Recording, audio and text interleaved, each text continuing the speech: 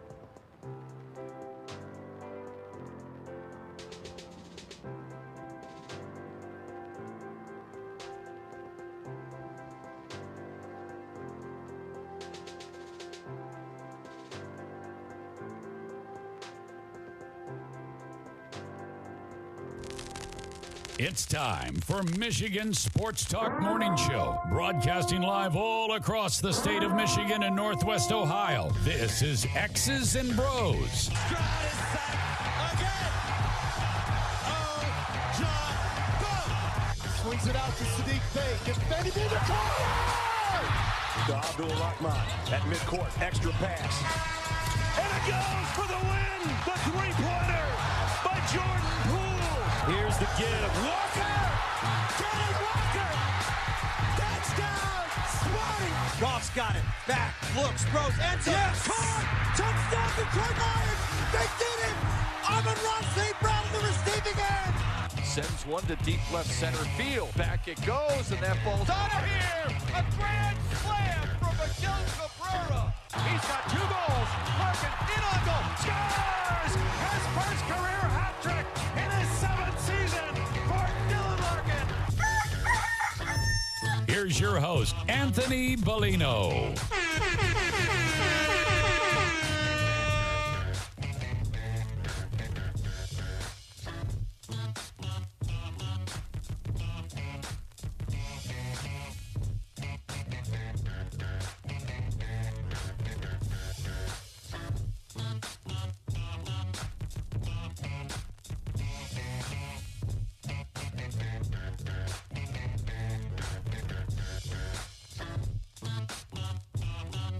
Rise and shine, folks. Good Wednesday morning to you. It is the 30th day of August 2023. Great to have you riding along with us, no matter who you are, where you are, how you may be listening, all across the great state of Michigan and in Northwest Ohio and worldwide on the iHeartRadio app. It's an absolute pleasure to be with you. We say good morning to you. We welcome you. We thank you. We appreciate you. And, of course, we encourage you. Join the program at any time. You can text the keyword sports radio. Send that to 21,000 Sports Radio to 21000. Meyer Super Center guest line 866-838-4843. That's 866-838-4843. We're on Twitter at XB Mornings, Facebook, X's and Bros, and of course, good morning to our television audience as well on BCSN and streaming live on our YouTube page at Michigan Sports Network. Add a .com to that to find our website. xbmornings@gmail.com is our fan feedback email inbox. You can find us all individually on Twitter. Brett Hayes is at the Brett Hayes. Ryan Elke is at RyanL_Key. And I'm Anthony Bellino at AC Bellino. Gentlemen, good morning to both of you. Brett, can you hear me all right? I hear you. Can you hear me? No. I hope so. I hope so. Gosh. I can't hear anything. But that's all right. We'll get it worked out. We'll get it worked out. Why wouldn't we have a hurdle first thing in the morning? That's what we do. Jump over stuff. Lots going on in the sports world, but obviously yesterday just being such a pivotal day for so many organizations. Now, with the 53-man roster cut, we're going to get into this big time in hour number 2. We'll talk to we'll do a little Tigers here in hour number 1 in our next segment. John Wagner will join us. We're going to talk a little bit about the new college football clock rule, which is important, and I'm all for it. Whatever makes the games go faster, that's going to be great. I'm all for it. Pace of play, I get it, man. I understand people's complaints. I mean, we're just constantly like oversaturated with ads. It's how we pay the bills. It's a delicate. It's a very delicate balance here. And, a lot of these television companies have overpaid for the rights to air ball games. I mean, that's just what it is. By the way, speaking of airing ball games, did you know right now you can watch live Jordan versus Team USA? That's right. It's on ESPN. So if you're interested in it, you can throw it on. USA has an 89-51 lead over Jordan with 8:25 to play in the fourth quarter. Speaking of advertisements, what is going on the court in Manila right now? What is happening here? Like, I get the Euro game. I mean, they got the signage, the courtside dashers, what we call them in hockey. I don't know what the hell you call them in basketball. I don't know. Sideline dashers, I suppose. They've got stuff on the floor, stuff on the seats, stuff on the jersey. They got stuff everywhere. That's what I love about Team USA. That's the one thing I do love about Team USA. It's the one thing we do right when it comes to international play. We don't put anything anywhere. You get the Nike check for the branding on the actual clothing, and that is it. It's not like it says, like, you know, Ford across their stomach or something, or on their lower back it doesn't say, you know, whatever company, Merck, Pfizer. I'm surprised. It probably should say Pfizer on the back of our jerseys. Get that little corporate sponsorship. Lord knows they're going to need it. But yeah, it's the one good thing Team USA does is we keep those jerseys clean. Austin Reeves with a big-time triple right there, 92-51. Look, if it wouldn't have started at 4:30, I'd be able to see more of the game, but that's just not conducive. Anything taking place in the Far East is not conducive to us trying to be able to watch. Like, where was the Women's World Cup at this year? Like, I couldn't even tell you. Australia, I think it was Australia. Like, that's way too big of a time difference for us to be able to watch. If you were even planning on watching anyways. If it was the Men's World Cup, I'm probably going to hit record and watch some games. Outside of that, very, very limited interest there. No offense. Don't want to offend anybody first thing in the morning. Just it's personal preference. Don't get your panties in a bunch or anything like that. But just that's not really moving the needle for me. Tigers last night, so we'll get into that. We'll get into John Wagner, the new rules with college football. We'll be all in on the Lions 53-man. The initial 53-man roster. It is very important to say that this is the initial 53-man roster because there are going to be changes upcoming to this roster where, you know, whether it be a injury designation or acquisition off the free market, like some guys, they're going to have to shuffle the deck a little bit because there are some stipulations as to what will, how you can take place and kind of tweak your roster after today. So it'll be our first reaction to that. Matt Kowalis will join us. We're typically on Mondays, but he was at, I don't know what he was doing at. I think he was at Detroit Golf Club or Warwick Hills. I'm not really sure. We'll ask him exactly what he was up to on Monday and chop it up a little bit with him on that event, but then also take a preview at the NFC North as we get away just over a week away from the kickoff of the 2023 NFL season. So that will be exciting as well.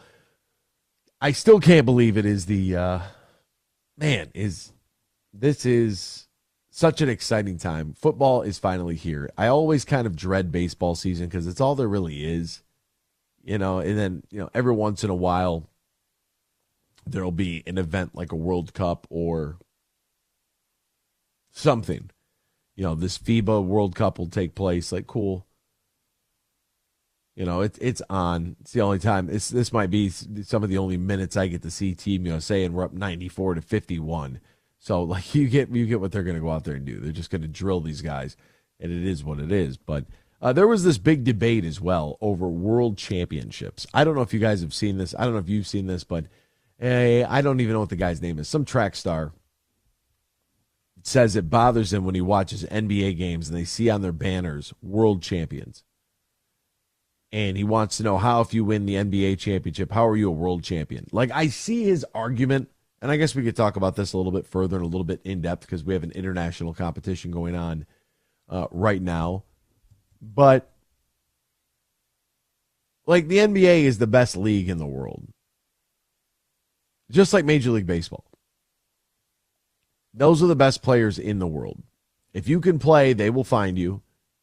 Doesn't matter if you're, in northern Japan, if you're in the Dominican Republic, in a forest somewhere in Venezuela, like, they're going to find you if you can play.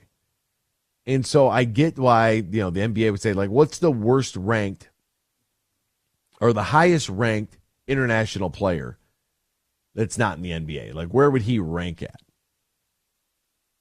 And it's like, okay, well, that makes sense. The best players play here. Look at, like, Giannis. Look at Rudy Gobert. Look at all the Canadian guys. Look at Wemby. You know what I'm saying? We get guys from Lithuania and Latvia, France, Spain. Like, it's It's a global league, so we can maybe dabble into that a little bit as well. We'll step aside. Coming up next, we're talking Tigers baseball here on X's and Bros on the Michigan Sports Network. Imagine this, a day filled with indulgence, bursting with excitement, and packed with extraordinary moments that build memories to last a lifetime. A day that is unmistakably yours, at the place that is undeniably spectacular. Whether you're winning big, dining lavishly, or relaxing oh so comfortably, it's your getaway reimagined at Soaring Eagle Casino and Resort. Huge here for all the Mr. Car Wash locations across Michigan. You're going to want to look into that unlimited monthly pass that I use. Superfly Hayes, my producer, uses it. I can get my SUV washed as often as I like for one low price. You can sign up today. Just go to MrCarWash.com or stop by your local Mr. Car Wash location here in Michigan for the one close to you. And to get that unlimited pass, go to MrCarWash.com. Fuel up for less with M-Perks. Earn points on your purchases when you shop at Meijer in-store and online. Then use your points to claim a fuel reward and save at the pump. Your dollar goes further at the pump with M-Perks. Plus, earn points for all qualifying purchases in the Meijer Express station. And keep a lookout for exclusive Meijer Express offers. Enter your M-Perks ID at checkout to earn. Exclusions apply. Not valid in Wisconsin. Max 30 gallons. Download the Meijer app to sign up or see Meijer.com to learn more. Look for the Pure Michigan Mix frozen drink available at participating McDonald's across Michigan through September 10th. You could score some great prizes from Pure Michigan Coca-Cola and McDonald's. Look for that Pure Michigan Mix through September 10th at participating McDonald's.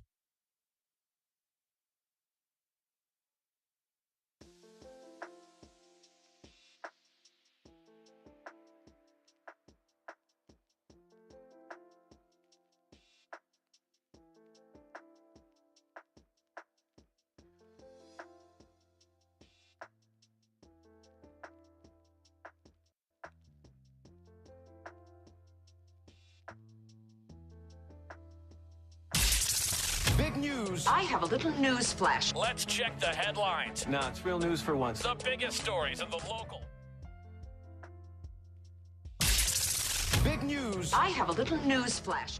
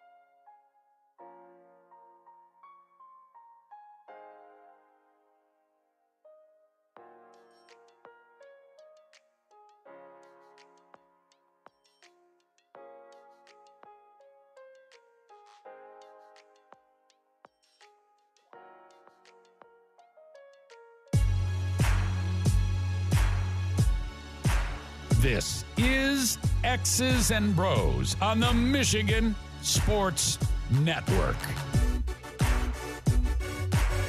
2, 3, 4, 5, 6, 7, 8, 9, 10.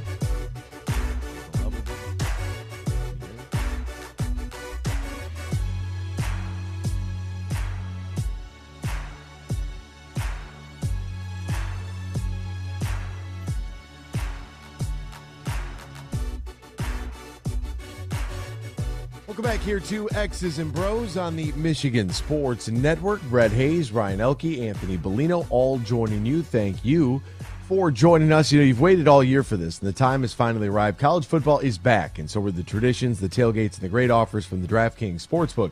Right now, new customers can score $200 in bonus bets instantly when they bet just $5 on any college football bet.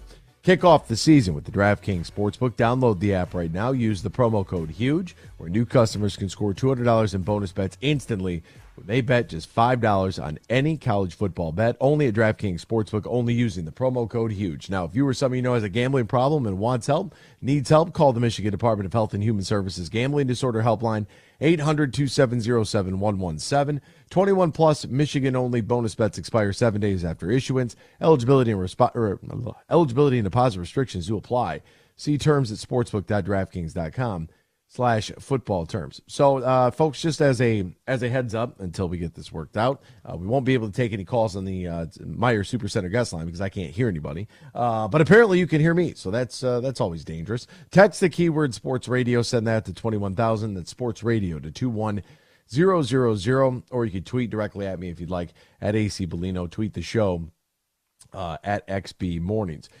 Let's get into the Tigers last night taking on the New York Yankees, game 2 against the Yankees, and unfortunately more of the same when it comes to the result of what took place there. 4-2 loss, a little bit of theater there at the end, a little bit of dramatics where the Tigers had put up 2 runs in the bottom of the ninth, but it just was not enough for this Tigers team. Tarek Skubal took the loss. He's now 3-3 on the year. He went 6 innings, 4 hits, 3 runs, 2 of which were earned, walked 2, struck out 9, did give up 2 home runs through 97 total pitches.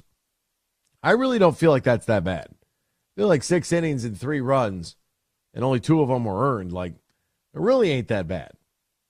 I feel like that's kind of winnable, but for the Tigers as a team, they left 6 on base. They were 1 for 4 with runners in scoring position. Parker Meadows was 1 for 1, by the way. Shout out to him. And they just cannot generate enough offense right now. It's the strangest thing. Riley Green, another 0 for 4 day for him. Akil Baddoo in the leadoff spot. Why, I have no idea why he's leading off. I don't know why we continue to do that. It's very frustrating. But whatever, I guess somebody's got to do it. Parker Meadows was at least 3 for 4 with a couple of RBI and a strikeout. McKinstry was 1 for 3 with a run scored and drew a walk. Vierling was 1 for 4 with a strikeout. Maybe, can we put Vierling at the top of the order? Kerry Carpenter was 0 for 4 in his DH role. He had a couple of strikeouts. Spencer Torkelson was 0 for 3, did score a run because he drew a walk. He also struck out twice. As I mentioned, Riley Green 0 for 4. Baddoo was 0 for 3. Kelly was 2 for 3. Baez was 0 for 4 with 2 Ks. I mean, just a really, really ugly game last night for the Detroit Tigers, who went down 1-0 early in the first, gave up another run in the 5th, 1 more in the 6th, 1 in the 9th, and that was all she wrote. Finally got some offense there later on. But what's going on here with our guy Riley Green? What is going on here? I mean, my man, what happened? He was above 300 for what felt like forever. I mean, he would dip for maybe a couple games and then be right back there above 300. And here are, we get that win against Cleveland. We go into that series against Chicago on the 21st. Here's what he has done since. 0 for 4, 0 for 1, 0 for 4, 0 for 3. That's 0 for 12 if you're keeping track at home. 0 for 3, 0 for 4. Pardon me. 1 for 3, 1 for 4, 0 for 4, 0 for 4. He's got 2 hits since Sunday, August 20th. Oh, His average has gone from 303 on that Sunday against Cleveland all the way down to 286. So he's dropped 17 points in a week, and he's got 2 hits to his name. 0 for 4, 0 for 1, 0 for 4, 0 for 3. Like, what in the world is going on there? It's like 2 for 28. I don't know. I don't have the answer. Maybe just a little slump there, but just hasn't been able to, connect. And it's not as if he's just, okay. So were there some games where, against who was it? Against the last game against the Cubs, did he strike out 3 times? Yes. It's not like he struck out last night. It's just not. It's not getting on board. And that's going to be difficult. This team's not going to win if he can't hit, because he has been a catalyst and a massive generator of offense for this team. And if he's struggling, this team's going to struggle. That's just the way it's going to go. I mean, as far as Torque and Parker Meadows and everybody else. And by the way, I'm really happy for Parker Meadows. I know that some people are on the internet believe that he wasn't getting his shot because of Austin and all of this other stuff. Dude, no, nah. They just take forever to get people up. That's all it takes. But he's hitting 333, and he's provided all the excitement in the world. So let's just continue on.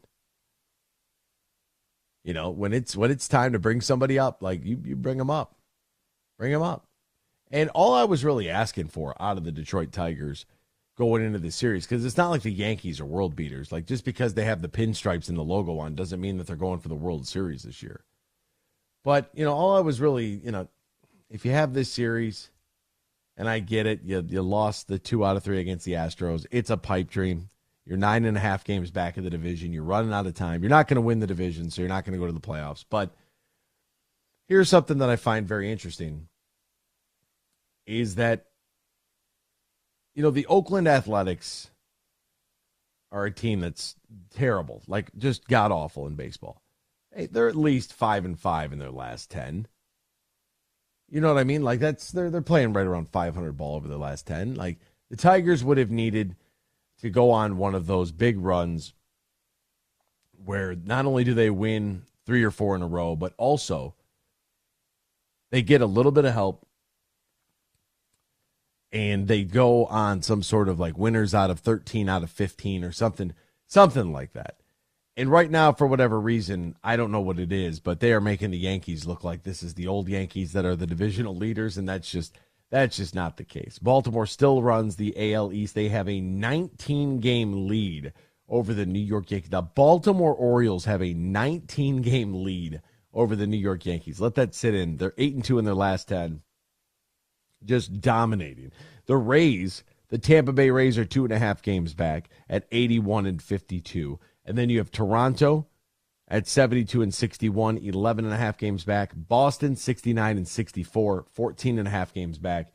And then the Yankees, they're 19 games back, even though they've won 2 in a row. I still can't believe the Baltimore Orioles out of all teams. That's just simply incredible. Hey, folks, time is running out. Matt Gold and his team ready to welcome you. One of the best golfing experiences in the great state of Michigan. Tullymore Golf Resort in Canadian Lakes, offering not 1 but 2 championship courses, Tullymore and St. Ives. It's located about an hour north of Grand Rapids, 30 minutes west of Mount Pleasant. It's up north golf without the drive, and it's got the lodging to be able to cater to you, your partner, your foursome, or up to 400 of your closest friends, family, and coworkers. Tullymore not only features top-of-line golf, but also top-of-line accommodations and the perfect space for your wedding event, reception, or group outing. Visit TullymoreGolf.com. That's TullymoreGolf.com, or call 1-800-972-4837. That's 1-800-972-4837. Book your stay and play at Tullymore Golf Resort. Today, we're going to step aside. When we return, there has been a change to college football. I actually really like the change. I don't know if you noticed it over the weekend. John Wagner hates this change. We'll talk about it next year. X's and Bros, Michigan Sports Network. Friday, October 27th, TVs and Practical Jokers are up to their usual tricks. If you're not here, you are missing out. It's the Tenderloins at Soaring Eagle Casino and Resort. Sal, James, and Brian for 2 shows and twice the laughs. 7 and 10 p.m. Tickets start at $59. On sale now at the box office and etix.com. Don't miss the Drive Tour with the Tenderloins, October 27th. Party hard, laugh louder. Details at SoaringEagleCasino.com. Merck Perks from Mercantile Bank is here. Merck Perks checking has all you need to plan your busy lifestyle. Travel services for hotels, airfare, and cruises, cash back rewards, and even savings on prescriptions, eyewear, and dental work. Merck Perks also includes all the traditional benefits you love, like online and mobile banking, and fee-free access to almost 40,000 MoneyPass ATMs. So when you're ready for perks, Merck is here. Learn more at mymerckperks.com, member FDIC. Hey, this is Matt Shepard from the Michigan Sports Network. I love summers in Michigan because it means golf season. Now, 2 things always when I go golfing. I make sure I got my sticks, and I've got plenty of cold, fresh Labatt Blue Light. Whether I've just squeezed in 18 holes or I just want to relax on the patio after a long day, everywhere I go, and I'm serious when I tell you this, I tell people about the smooth, genuine taste of Labatt Blue Light. It's just a great beer. Michigan Sports Network is giving you a chance to win a foursome to Michigan's best courses. Just listen weekdays to The Huge Show and X's and Bros, or just text GOLF to 21,000 to enter. That's GOLF to 21,000. The trip includes 2 overnight stays and 2 rounds of golf, all brought to you by my friends at Labatt Blue Light. So grab a Labatt Blue Light the next time you head out onto the course and enjoy the blue skies, because blue is for Michigan summers and great times. Always enjoy responsibly. Copyright 2023 Labatt USA, Buffalo, New York. All rights reserved. Labatt is a registered U.S. trademark of Labatt Brewing Company, Ltd.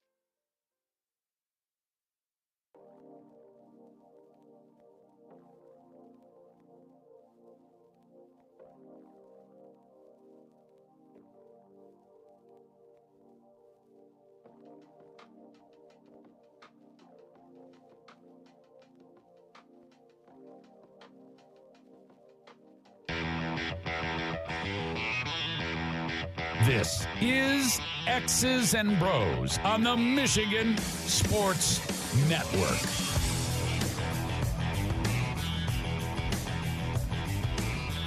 Welcome back here to X's and Bros on the Michigan Sports Network. Brett Hayes, Ryan Elke, Anthony Bellino all join us now. He covered the Detroit Tigers minor league system for a couple of decades, also a member of the National Football Foundation and Football Writers Association of America. Our good buddy, John Wagner. Find him on Twitter at John Wagner Media. Johan, my good man, how are you? How's life? How are things, partner?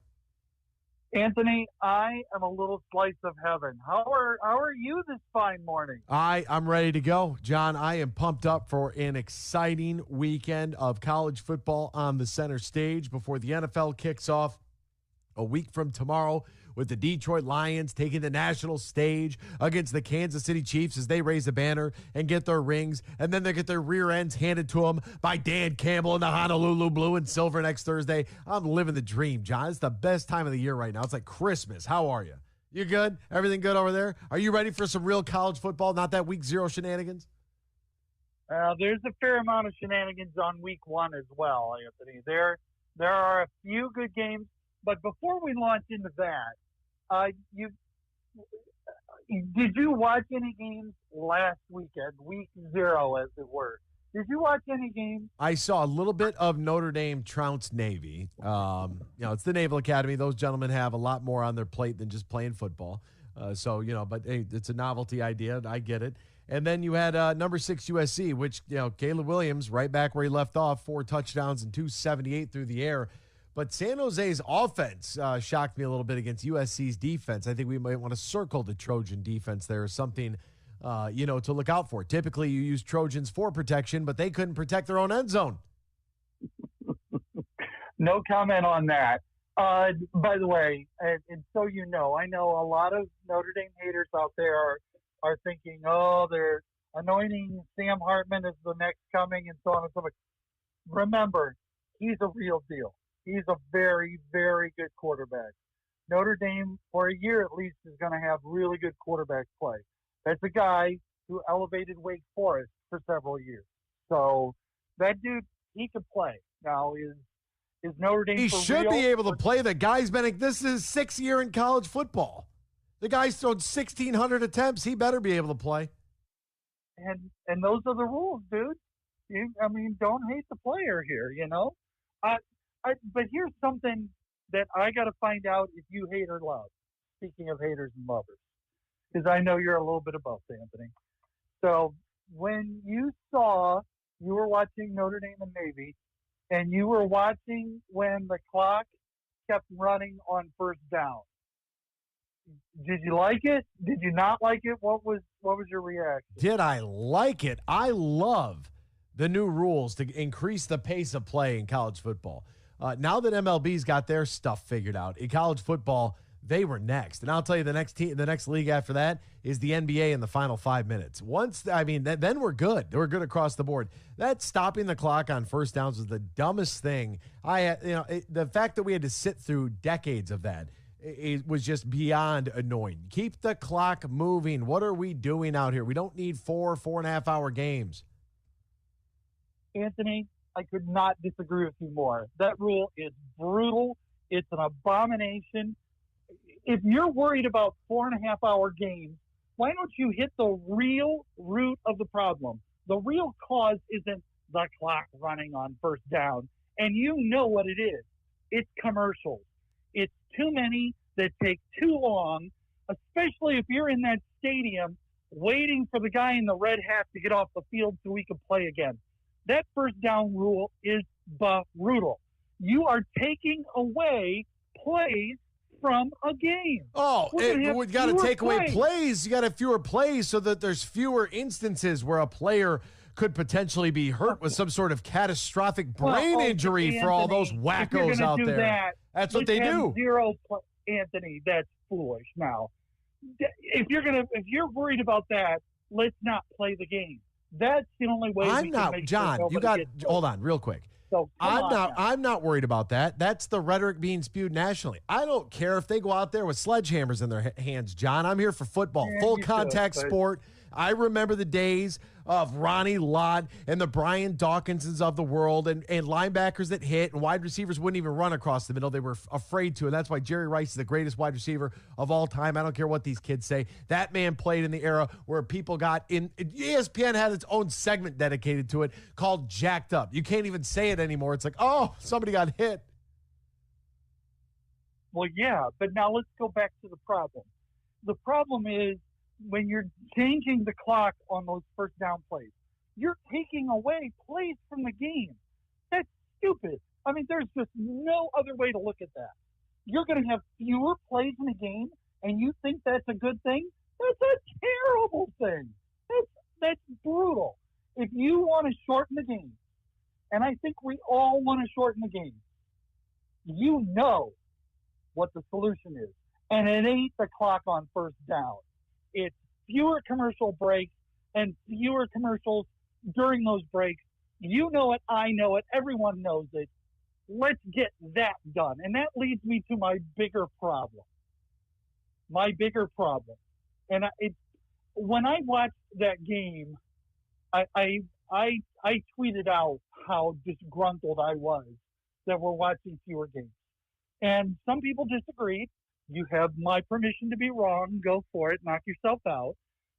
The problem was, or the solution that somebody mentioned was, and this is perfect. The problem is people who don't care about college football are making decisions about college football. People who don't care about college sports are making decisions about college sports, thinking that, hey, a 22-team football league, that sounds like a great idea. Who cares what that does for every other sport at the university? Who cares what that does to rivalries and the game itself? Who cares? We're going to make more money, and that's all that matters. Well, hold on the now. Problem, hold the on. The problem, Anthony, hold is on. People who do not care about it are making decisions about it. That's wrong. For me to throw a tablecloth on this thing and straighten some things out here, for the first season since 1967, the clock will continue to run just like it does in the NFL, the greatest league in the world, when a team makes a first down on a play that ends inbounds rather than stopping until the chains are set for the referees to get their signals ready. Now, this rule was put in place. The primary rationale for the change of this rule was to, quote, cut the number of plays to reduce players' potential injury exposure, according to the National Supervisor of Officials, Mr. Steve Shaw. That's who. That's why. It wasn't me making that up, pulling that out of a cloud. That's what they said. That's somebody else. Then, if you want to be absolved of blame, then Anthony, I absolve you. I just report the facts, John. Do you honestly believe that?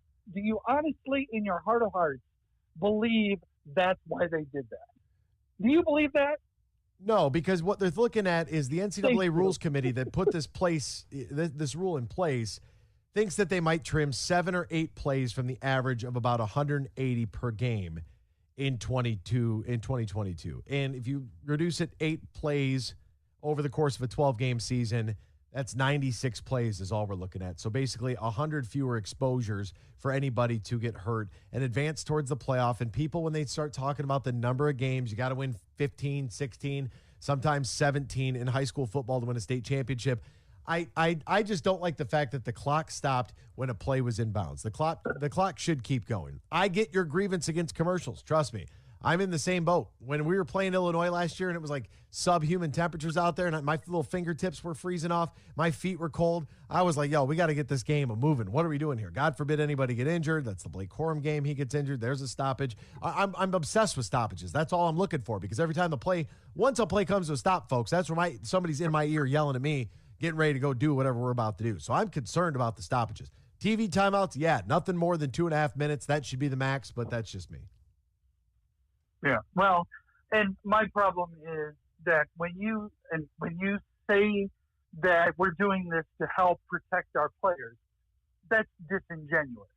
I mean, that is totally. That's what they said. That's not, I don't care. You know what? That bothers me more then. That bothers me more because now you're making a change and you're lying to me about it, okay? I mean, how stupid do they think college football fans are? Oh, they think we're dumb. You know why this is, apparently, and we're not. We understand. I mean, this is, and trust me, I know that people are going to tweet like, John, they're never going to cut the number of timeouts. Oh, they're never going to cut out the number of commercials, blah, blah, blah. Hey, you're right. I get it. You're not wrong. You are correct. But I'm telling you that that's the solution. If you want to fix this problem, that is the solution, period, end of sentence. So anything else they give you as the reasoning for it is disingenuous, insulting, and just poor. It's just poor. It's embarrassing. It frustrated me. I mean, I didn't think that particular change in the rules was even necessary. Okay. Well, let me throw this out there too. I don't go to games anymore. Okay. I've retired from covering college football, so I don't go. And I know there are sports writers out there thinking, John, have you forgotten how difficult it is to cover a college game? It is literally an all-day and all-night sucker. It is, trust me. It is you. I know you have listeners out there who are about to swerve off the road thinking, are you kidding? I'd sign up for that right here, right now. It is hard work. It is literally an all-day sucker if you're going to do it right. Because you get to the stadium hours in advance, the game lasts a long time, and you're writing everybody is writing multiple stories or whatever they're doing. I mean, not all stories. It's your blog posts and et cetera, et cetera, et cetera. You are sending stuff nonstop all day, all night. I can tell you, and when I was covering Bowling Green at the Toledo Blade, and this was obviously a long time ago, ages ago, there were times where I would turn the lights out at the stadium. I would be the last person there. And frankly, I don't blame the SID folks. They spent the whole day there too. They didn't need to sit there and watch the knucklehead from the Toledo Blade crank out 62 stories. They had places to go. I have been kicked out of stadiums. I have been kicked out of stadiums. I have been, in my career, locked in 6 times. Now, not all college games. There are several high school games in there. But I've been locked in because it's a long day. So I get that people want to see a shorter experience. I understand it. I'm telling you, the real solution is less time. Fewer commercials, fewer commercial breaks. You know, how many does the NFL have, Anthony? I know you have this. We have breaks during the game. We have four a quarter plus one floater, so that's at 18 for the 2 halves. Give or take. Yeah, and then you have halftime and all that. So it's I was in that thinking wheelhouse. it was 22. So, but whatever, you get the point. At 20 breaks, and what's the length of a break? 2.5 minutes? 3.5? Yeah, they're typically like around 3. I think that's probably a safe average. Do the math. 20 breaks, 3 minutes each. In the world's gift to mankind, the greatest game ever invented, the NFL, that's 60 minutes of time that's spent on commercials. An hour. Am I right? Yeah. 20 breaks, 3 minutes each? Yeah. That's an hour, friend. That's 60 minutes. Somebody but that's the juggle. Maybe it's 2 minutes. I don't know. I would have to. I'll check on 3.5, Anthony. I'm not going to die on that hill. Not expecting you to either. Well, because the NFL has a rule. The NFL has a rule in place. The NCAA, because they don't have control over anything. Fox has their own determined breaks. ESPN has their own breaks. CBS, NBC, they all run different advertisement break clocks. And that's because without a commissioner overseeing anything, everybody's made their own deals, and they're paying a lot of money for that product. That money is being returned to them in the form of advertising dollars. So It's that's the only way that this bubble bursts, in my opinion. I wish that it would. I really do. I wish that, people would just say, hey, we're not going to give guys like Jaylen Brown in the NBA 5 years and $300 million. There isn't a player worth that. We're not going to give Patrick Mahomes $500 million. Like it's just absurd. So let's lighten up the money that we're giving to these leagues to air their games. We're still going to watch them, but they're just squeezing us, the middleman, the entire time. Now, by the way, Central Florida's Gus Malzahn, Clemson's Dabo Sweeney, Pittsburgh's Pat Narduzzi, and Oklahoma's Brent Venables said that they expect the new rule to make, quote, no tangible difference. And the Big Ten coordinator of football officials, Bill Carolla, joked that the guys on the chain crews will notice the difference more than anyone. Yeah, Bill's one of the good guys out there. Big fan of Bill Carolla.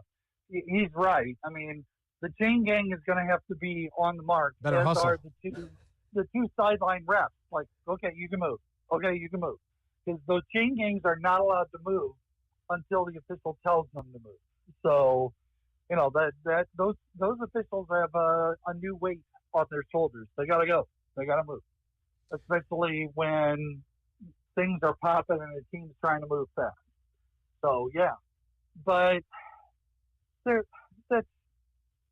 you may not notice it in the heat of the game, but you're going to notice it at game's end where it's like, hey, normally that team in years past has run, and I'm making up a number here, 80 plays a game, 85. Well, there are teams doing more. And then suddenly they're only doing 70 or 75. You've taken away game play from our viewing enjoyment. You've taken plays away from us. The fewer plays to watch. And the fewer opportunities for chronic traumatic encephalopathy. That's what it is. That's the fewer opportunities for a head injury, John. I mean, all right, last one here for you real quick here because we're up against it. 3 games for the MAC against the Big Ten. Central Michigan starts things off against Michigan State, 7 o'clock Friday night. Then you'll get Toledo at Illinois, 7:30 on Saturday evening. That's a Big Ten Network game. And over on FS1, Buffalo at number 19, Wisconsin. Will the MAC get a win? Will they get 2 wins? What do you think? I predict a win. Which one do you think? Are you going Toledo versus Illinois? I know Illinois is bringing back 7 starters on defense, but a lot of people are going to know the name Daquan Finn in Central Michigan. I mean, look, they did this back in 2009 with Dan Lefevre. That's French for quarterback. He beat Michigan State at Michigan State back then. Just saying, just throwing it out there. It's very possible, but no, indeed. I am looking at the Rockets. Best team in the MAC right now, Daquan Finn, as you mentioned. Now, Illinois can win this, okay? They do have a very good new quarterback in Luke Altmaier, who is from Ole Miss. But they lost a lot of guys, especially a lot of their guys on defense, which is where Illinois made its bones last year. If I'm going to predict a win, I would say it's Toledo over the Illini. He's John Wagner. Find him on Twitter at John Wagner Media.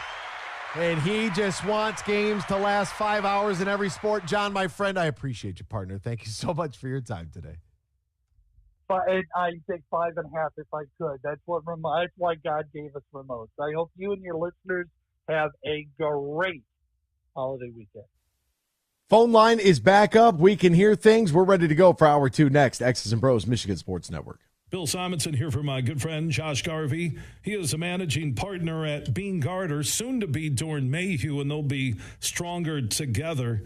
And did you know Bean Garter can help your business with outsourcing your payroll and other business needs? That can help ease tax filing and year-end reporting, compliance reporting, human resources management, time and attendance tracking, and more. Just go to beangarter.com to find out more how they can help your payroll system and make your workplace that much smoother. Go to beangarter.com. That's BEENEGARTR.com, and they can help you with all your payroll needs. Like I mentioned, tax filing and year-end reporting, compliance reporting, human resources management, time and attendance tracking, and more. All your payroll needs can be handled by the team at Bean Garter. Find out more at beangarter.com. Merck Perks from Mercantile Bank is here. Merck Perks checking has all you need to plan your busy lifestyle. travel services for hotels, airfare, and cruises, cash back rewards, and even savings on prescriptions, eyewear, and dental work. Merck Perks also includes all the traditional benefits you love, like online and mobile banking, and fee-free access to almost 40,000 MoneyPass ATMs. So when you're ready for perks, Merck is here. Learn more at mymerckperks.com, member FDIC. There are 13 folds that bring the American flag to the iconic shape of freedom. This summer, Folds of Honor and Budweiser celebrate 13 years of changing military and first responder lives together. Service never stops, and neither will we. So join me in raising a Budweiser to raise funds for Folds of Honor. Enjoy responsibly. Anheuser-Busch Budweiser Lager Beer, St. Louis, Missouri. Hey, sports fans, here's a hanging curveball that you can knock out of the ballpark. This is Matt Shepard, the voice of Detroit baseball, inviting you to step up to the plate at Eagle Casino and Sports, the mobile sports book where you can bet on all your favorites all year round, including, of course, our national pastime. So download the app and start winning today. Eagle Casino and Sports. Made in Michigan, made for Michigan. Must be 21 years or older and in Michigan to play.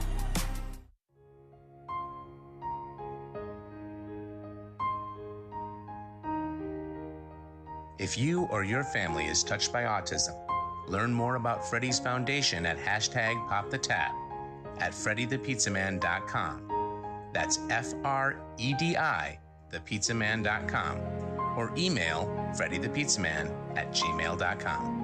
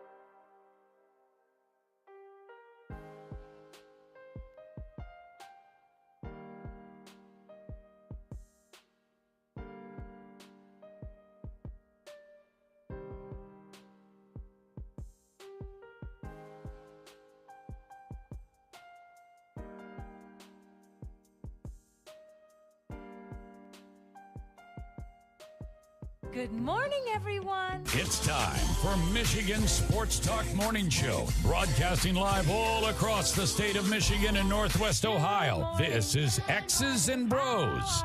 How are you? Good morning. Good morning. Good morning. Good morning. Good morning. Good morning. It's a good morning. Here's your host, Anthony Bellino. Hello. Good morning. Good morning, Vietnam!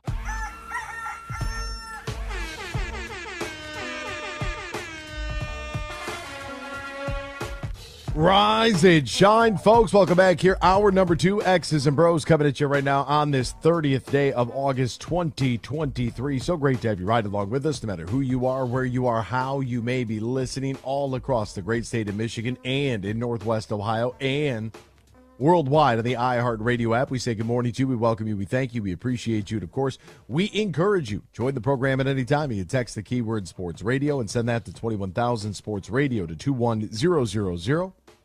Our Meyer Supercenter guest line, 866-838-4843. That's 866-838-4843. We're on Twitter at XB Mornings, Facebook, X's and Bros, and, of course, good morning to our television audience as well.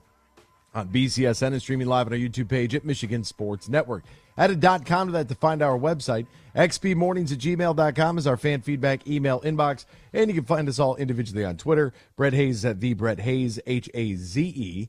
Ryan L. Key is at RyanL_Key, and I'm Anthony Bellino at AC Bellino. All right, what's going on across the world of sports? We'll try to get you all caught up with all the happenings right now in the headlines. Big news. I have a little news flash. Let's check the headlines. No, it's real news for once. The biggest stories in the local, regional, and national news. This is huge news. Tigers lose again, unfortunately. Not a great day for them. They lose 4-2 to the New York Yankees in Game 2 of their 4-game series this week. However, Parker Meadows, 3 for 4 with a couple of RBI and a strikeout to his name, hitting .333 so far this season in his limited action. But that's 2 consecutive losses to the Yankees, and that's 4 consecutive losses, and they've lost 5 out of the last 6 as well. They'll throw out the first pitch tonight for game number 3 at 6:40 this evening. Kentucky's head basketball coach, John Calipari, said the transfer portal is the same as the one and done. He did his big ESPN PR crawl, if you will, and the NBA changed its age requirement for draftees to 19 years old back in 2006. Calipari was the biggest proponent of the one and done era, and bringing guys in, sending them straight to the league. You go to Kentucky, you hang out there for a year, and you go to the NBA. Now he says that the transfer portal is basically just the same thing. Everybody was mad about a young player coming in, only staying 1 year. Well, now they're doing it with older players. It's the same as one and done. According to NCAA data, of the 1,385 Division I men's basketball players on scholarships who entered the portal last year, 262 of them were left without a scholarship at a new school. Be careful what you wish for. Coach Andy Enfield said that Bronny James is doing well. USC will be patient with him. However, the 18-year-old son of LA Lakers superstar LeBron James is doing well. He's attending class. That's got to be an absolute circus. James was hospitalized at Cedars-Sinai Medical Center and released 3 days after basically dropping on the court. He was, July 24th? So, the statement said that the heart defect can be treated and that the family is confident in James' ability to make a full recovery and return to the court in the near future. Coveted international basketball prospect Lee Aliyah is committed to the University of Michigan for the class of 2023. His NIL agent, Alex Saratis, told ESPN over the weekend the 6'9" big man from Argentina had interest from more than 50 Division I programs. What is an NIL agent? What is that? Who is this person? And where do they come from? Alex Cobb fell 1 out short of a no-hitter. The Giants topped the Reds. But, man, what a day for Alex Cobb. My goodness.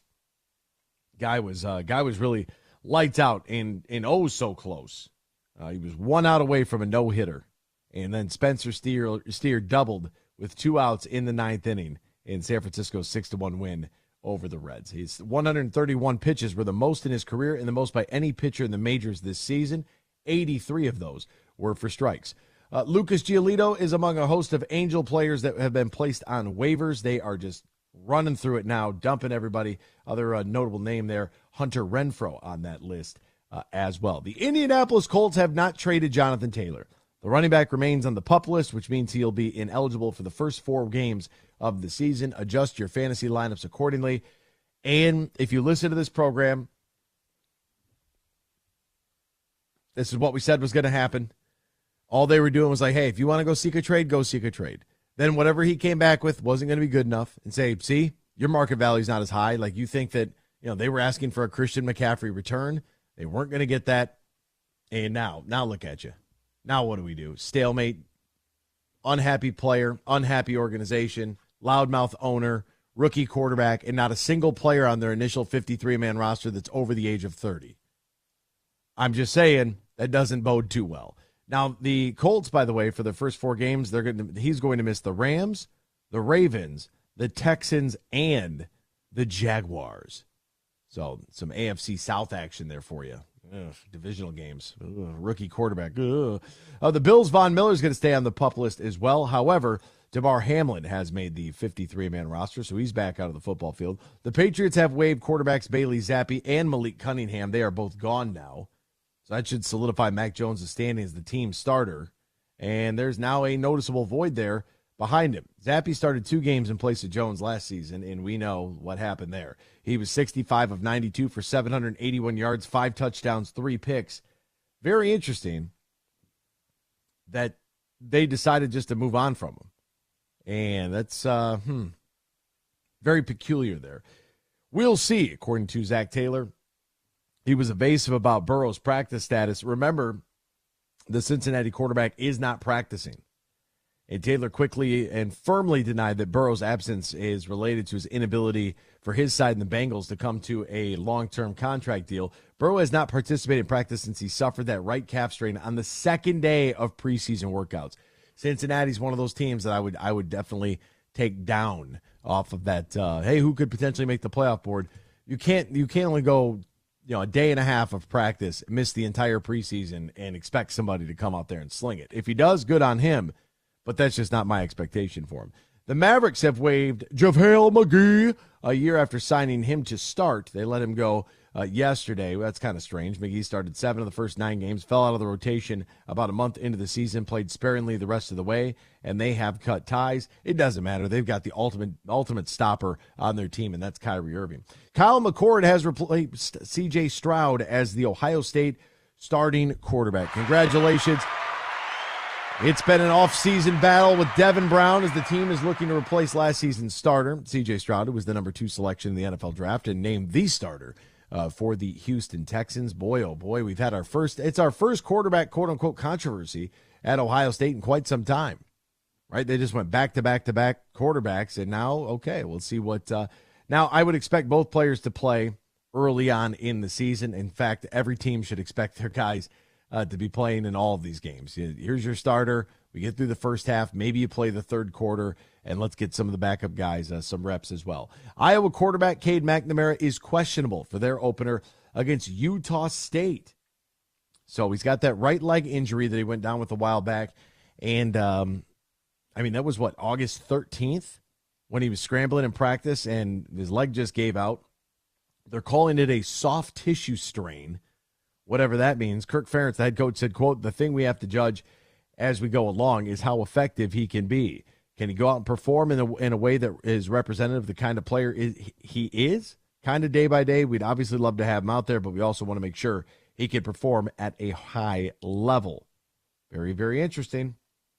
He said he's progressing every single day, feeling a lot better, really excited to get out there with my teammates.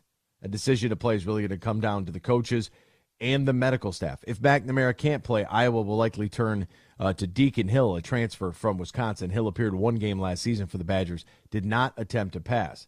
McNamara was 13-3 as Michigan starter, had 2,576 yards and 15 touchdowns, along with 6 interceptions during the 2021 season. We'll step aside. When we return, Ryder Cup captain's picks were announced, and boy, did that cause just a flurry on the internet. Everybody's mad about it. We'll talk about it. Who made the team, who didn't make the team, who got snubbed next here. X's and Bros, Michigan Sports Network. What are you looking for in a career? What are you looking for in your pursuit of happiness and satisfaction? Let's answer those questions by answering this one. What are you? If you're selfless, courageous, dedicated, disciplined, and humble, your happiness and satisfaction may be in a new career in law enforcement. Visit MichiganPoliceChiefs.org today or simply walk into your local police department and start the conversation. You may find the answer to all of your questions. Huge here for the Michigan High School Athletic Association. You can stay up to date on the latest from Lansing 24/7 at MHSAA.com, at MHSAA on Twitter, and MHSAA on Facebook. The latest news, press releases, and stories connected to every high school in the state of Michigan, available for you 24/7 from the Michigan High School Athletic Association. Log on to MHSAA.com, at MHSAA on Twitter, and MHSAA on Facebook. And if you're looking for archive boys and girls high school sports, MHSAA.TV. That's MHSAA.TV. 24/7, everything you need to know about high school sports in Michigan. Log on to MHSAA.com. We played for the thrill, that rush you feel with the game on the line. I'm Herman Moore, Lions All-Pro wide receiver. Now, with Eagle Casino and Sports, the new sportsbook app from Soaring Eagle, anywhere I'm at, I'm still in the game. Sign up now and get up to $1,000. That's right, up to $1,000 for a risk-free bet on your next favorite underdog, parlay, or prop. Eagle Casino and Sports. Made in Michigan, made for Michigan. Must be 21 or older and in Michigan to play.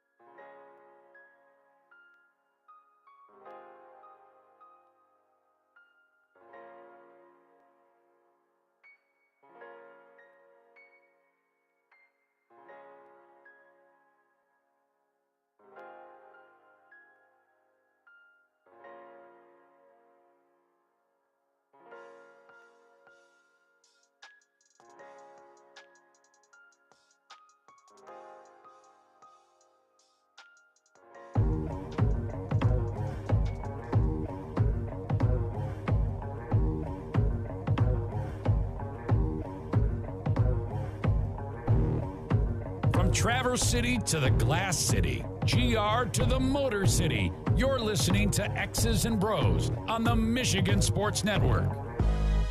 Welcome back here to X's and Bros, Michigan Sports Network. Great to have you right along with us. You've waited all year. Time is finally here. College football is officially back this week. Week 1 on the horizon.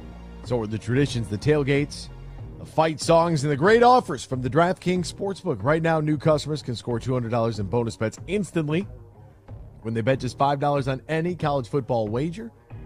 Toledo getting 10.5 on the road at Illinois. That might intrigue you a little bit.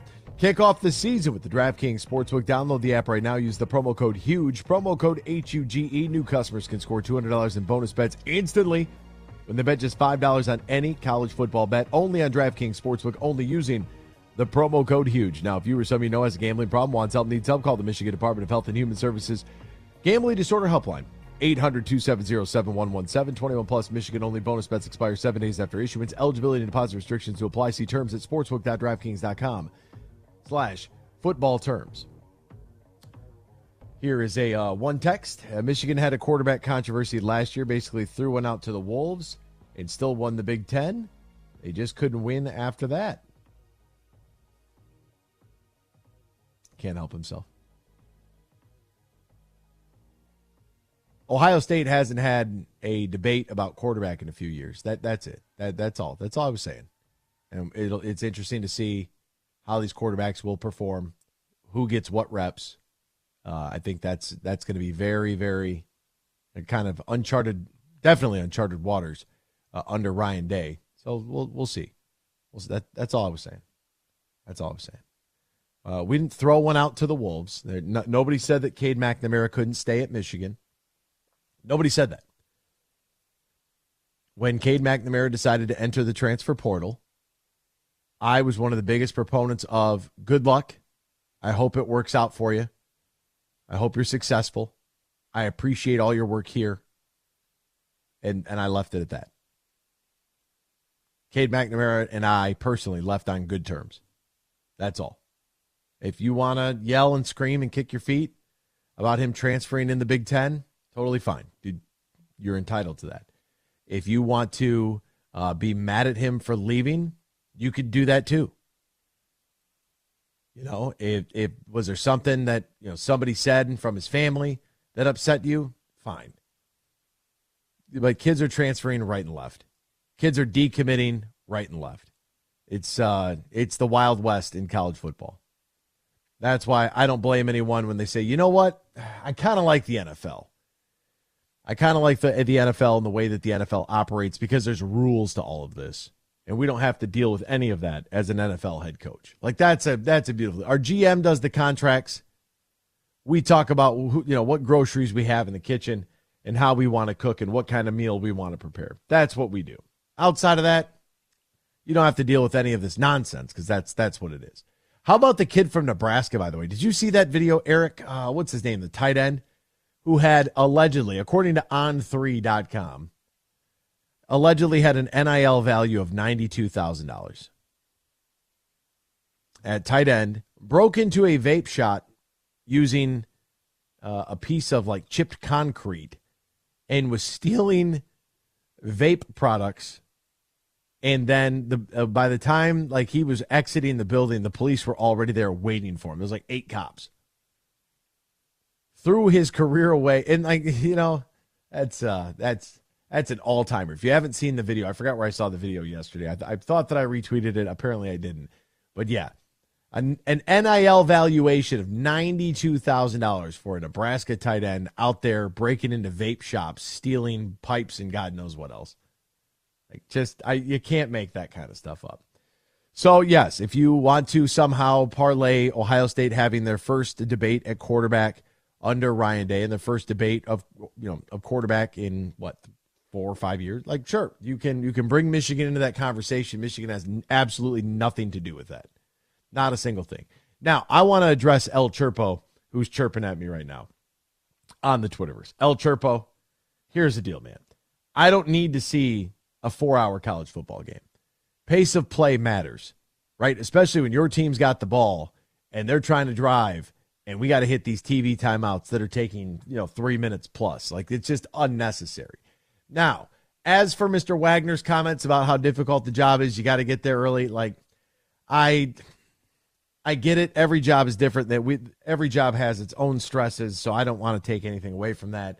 Hard work is relative. We get the superstorm.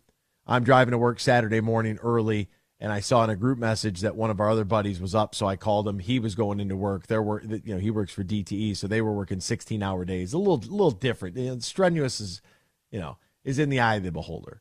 So, did my eyes roll back a little bit in my head when he said that? Yes, they did. But yeah, I don't need to see it.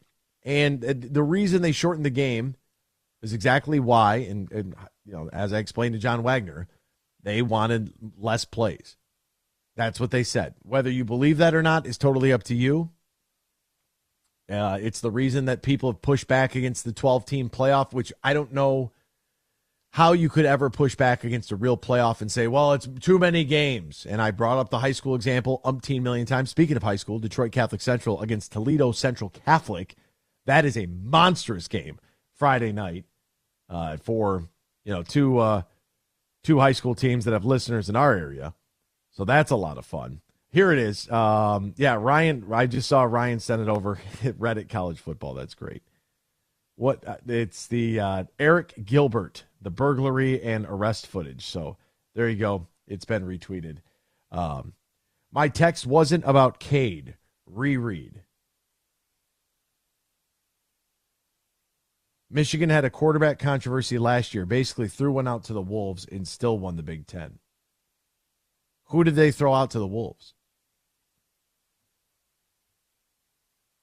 That's like saying anybody who's a freshman can't come in there and play. I know it wasn't about J.J. McCarthy. How'd they throw him to the Wolves? Like that, you signed up to play football. Like that's what you signed up for. Now, Anthony Richardson at the Colts, I could see that being thrown into the Wolves, elevating to the professional level and losing out on your number one running back. I could definitely see that being a problem. But, yeah, I don't know. You'd have to call. 866-838-4843. I can't decipher what you're trying to say via text. I have no idea. Brian says Toledo Central Catholic versus Detroit Catholic Central. Now a league game as well. That is correct. I think Orchard Lake St. Mary's gets St. John's out of Toledo as well. So what had happened was south of the border in Toledo, there are 5 private schools. There is St. Francis, which is an all-boys school, St. John's, which is an all-boys school, Notre Dame Academy, which is an all-girls school, and the hell is the name of the other? St. Ursula, which is an all-girls school. And then you have Toledo Central Catholic, which is a co-ed high school. So you have 5 Catholic schools, 2 all-boys, 2 all-girls, and 1 co-ed in Toledo. They basically, I don't want to say got booted, but other teams in the league were tired of the ways that, they were just winning everything. You went to St. Francis if you wanted to play hockey. You go to St. John's if you want to play basketball. And if you play football, you go to Central Catholic.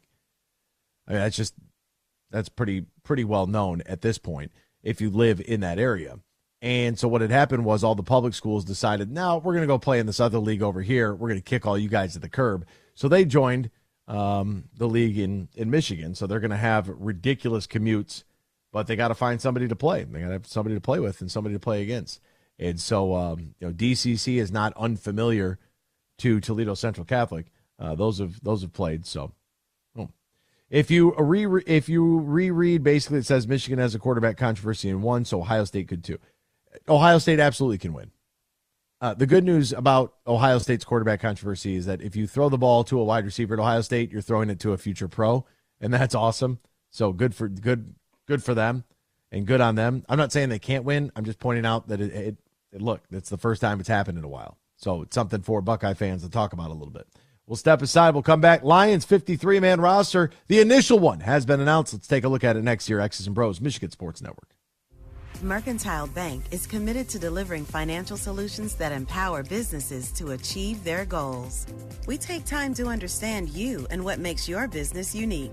From commercial and business banking to treasury and HCM tools, our local team is here to help you take your business to the next level. So when you need a financial partner, Merc is here. To learn more, visit us online at mercbank.com/business. Member FDIC, Equal Housing Lender. Huge here for Matt Golden and his team at the Tullymore Golf Resort in Canadian Lakes, Michigan. They just got exciting news. Tullymore, once again, has been ranked as one of America's top 100 greatest public golf courses by Golf Digest. Number 73 in America. And you can experience Tullymore. If you've never played before, you need to get up there. There's a Tullymore Golf Course, St. Ives, 36 holes, great stay and play accommodations. Or if you just want to book a tee time, Tullymore is less than an hour north of GR. Go to tullymoregolf.com. That is tullymoregolf.com. You can book a tee time for this summer, stay and play package throughout the end of the year, or even look ahead to 2024. Go to tullymoregolf.com. That's tullymoregolf.com. And congrats to everybody at Tullymore for being named one of America's top 100 greatest public golf courses by Golf Digest. If you or your family is touched by autism, learn more about Freddy's Foundation at #PopTheTap at freddythepizzaman.com. That's FREDI, thepizzaman.com. Or email freddythepizzaman@gmail.com.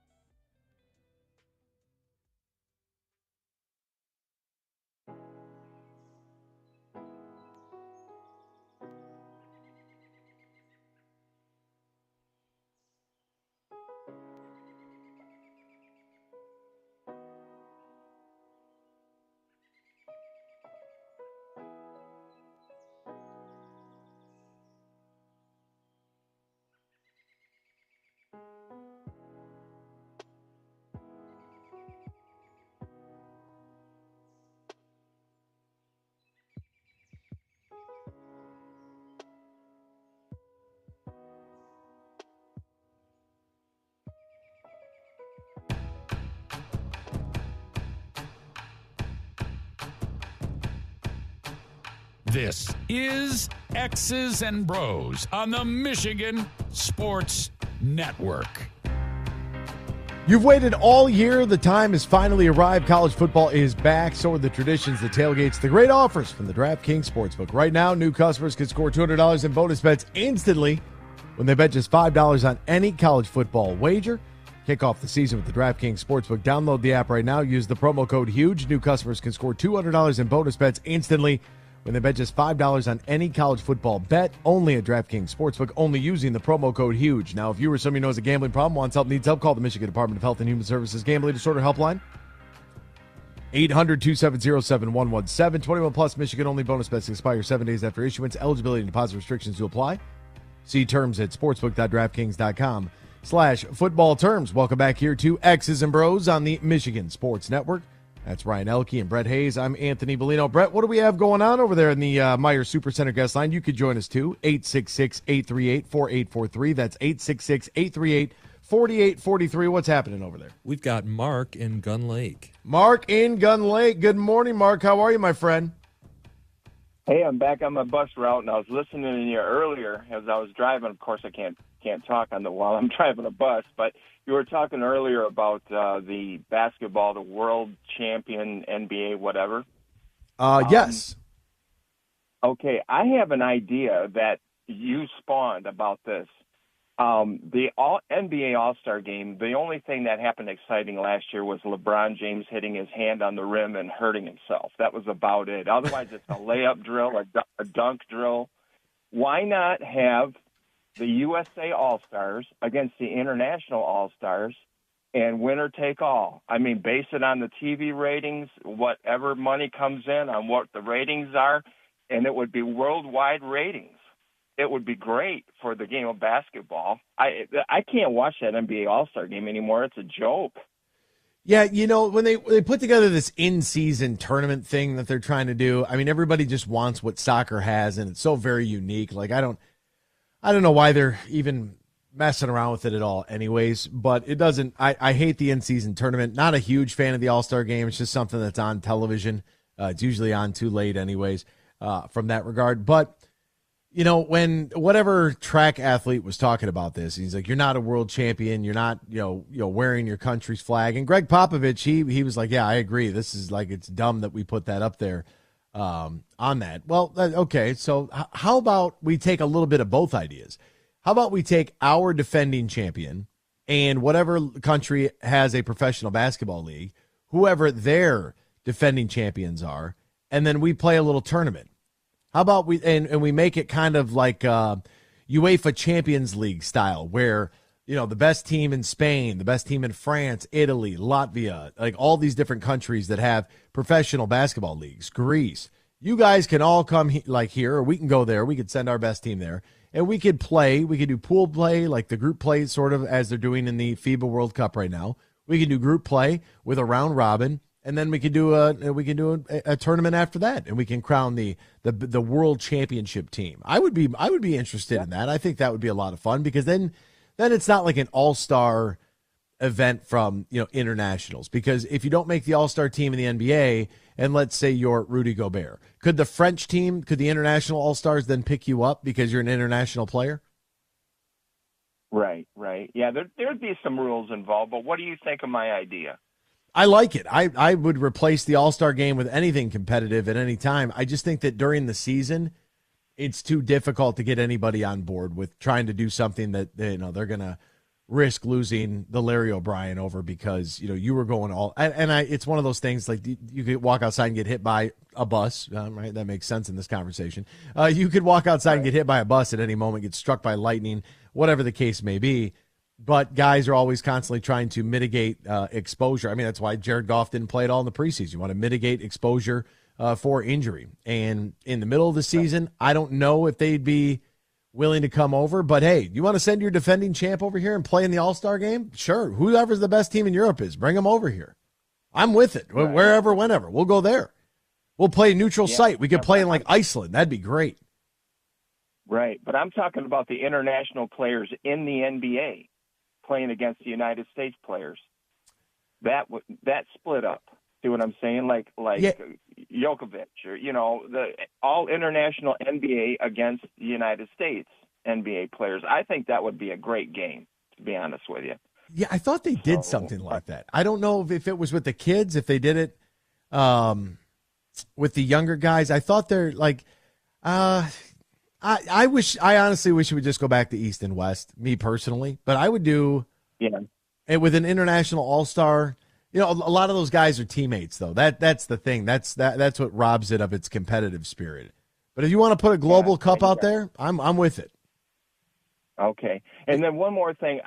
This might be a little bit of a touchy subject, but there's not very many Russians in the NBA or in the Major League Baseball or, the NFL. There's not any. I don't think there's any, but there's a lot in the NHL. Mm-hmm. Do you think it's more diplomatic to keep the Russians in the United States when their country is threatening the world? I don't know how I feel about that right now. I don't know if I know our relations with China were much nicer when we had Yao Ming over here playing basketball, but once he left, things got a little bit sticky, and I'm thinking, why isn't the NHL doing anything about, standing up for our country and leaving, keeping, and I don't know how these Russians think over here when they're here playing hockey. If you could Google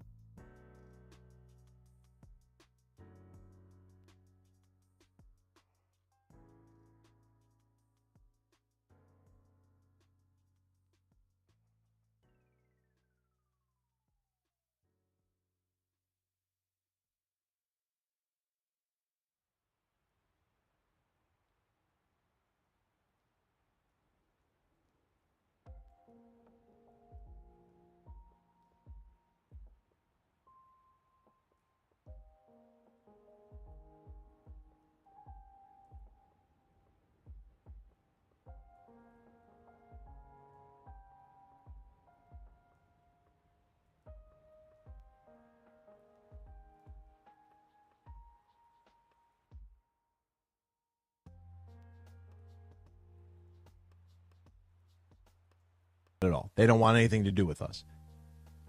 When it comes to the active Russian players in the NHL, I have no problem with them. It is not their choice.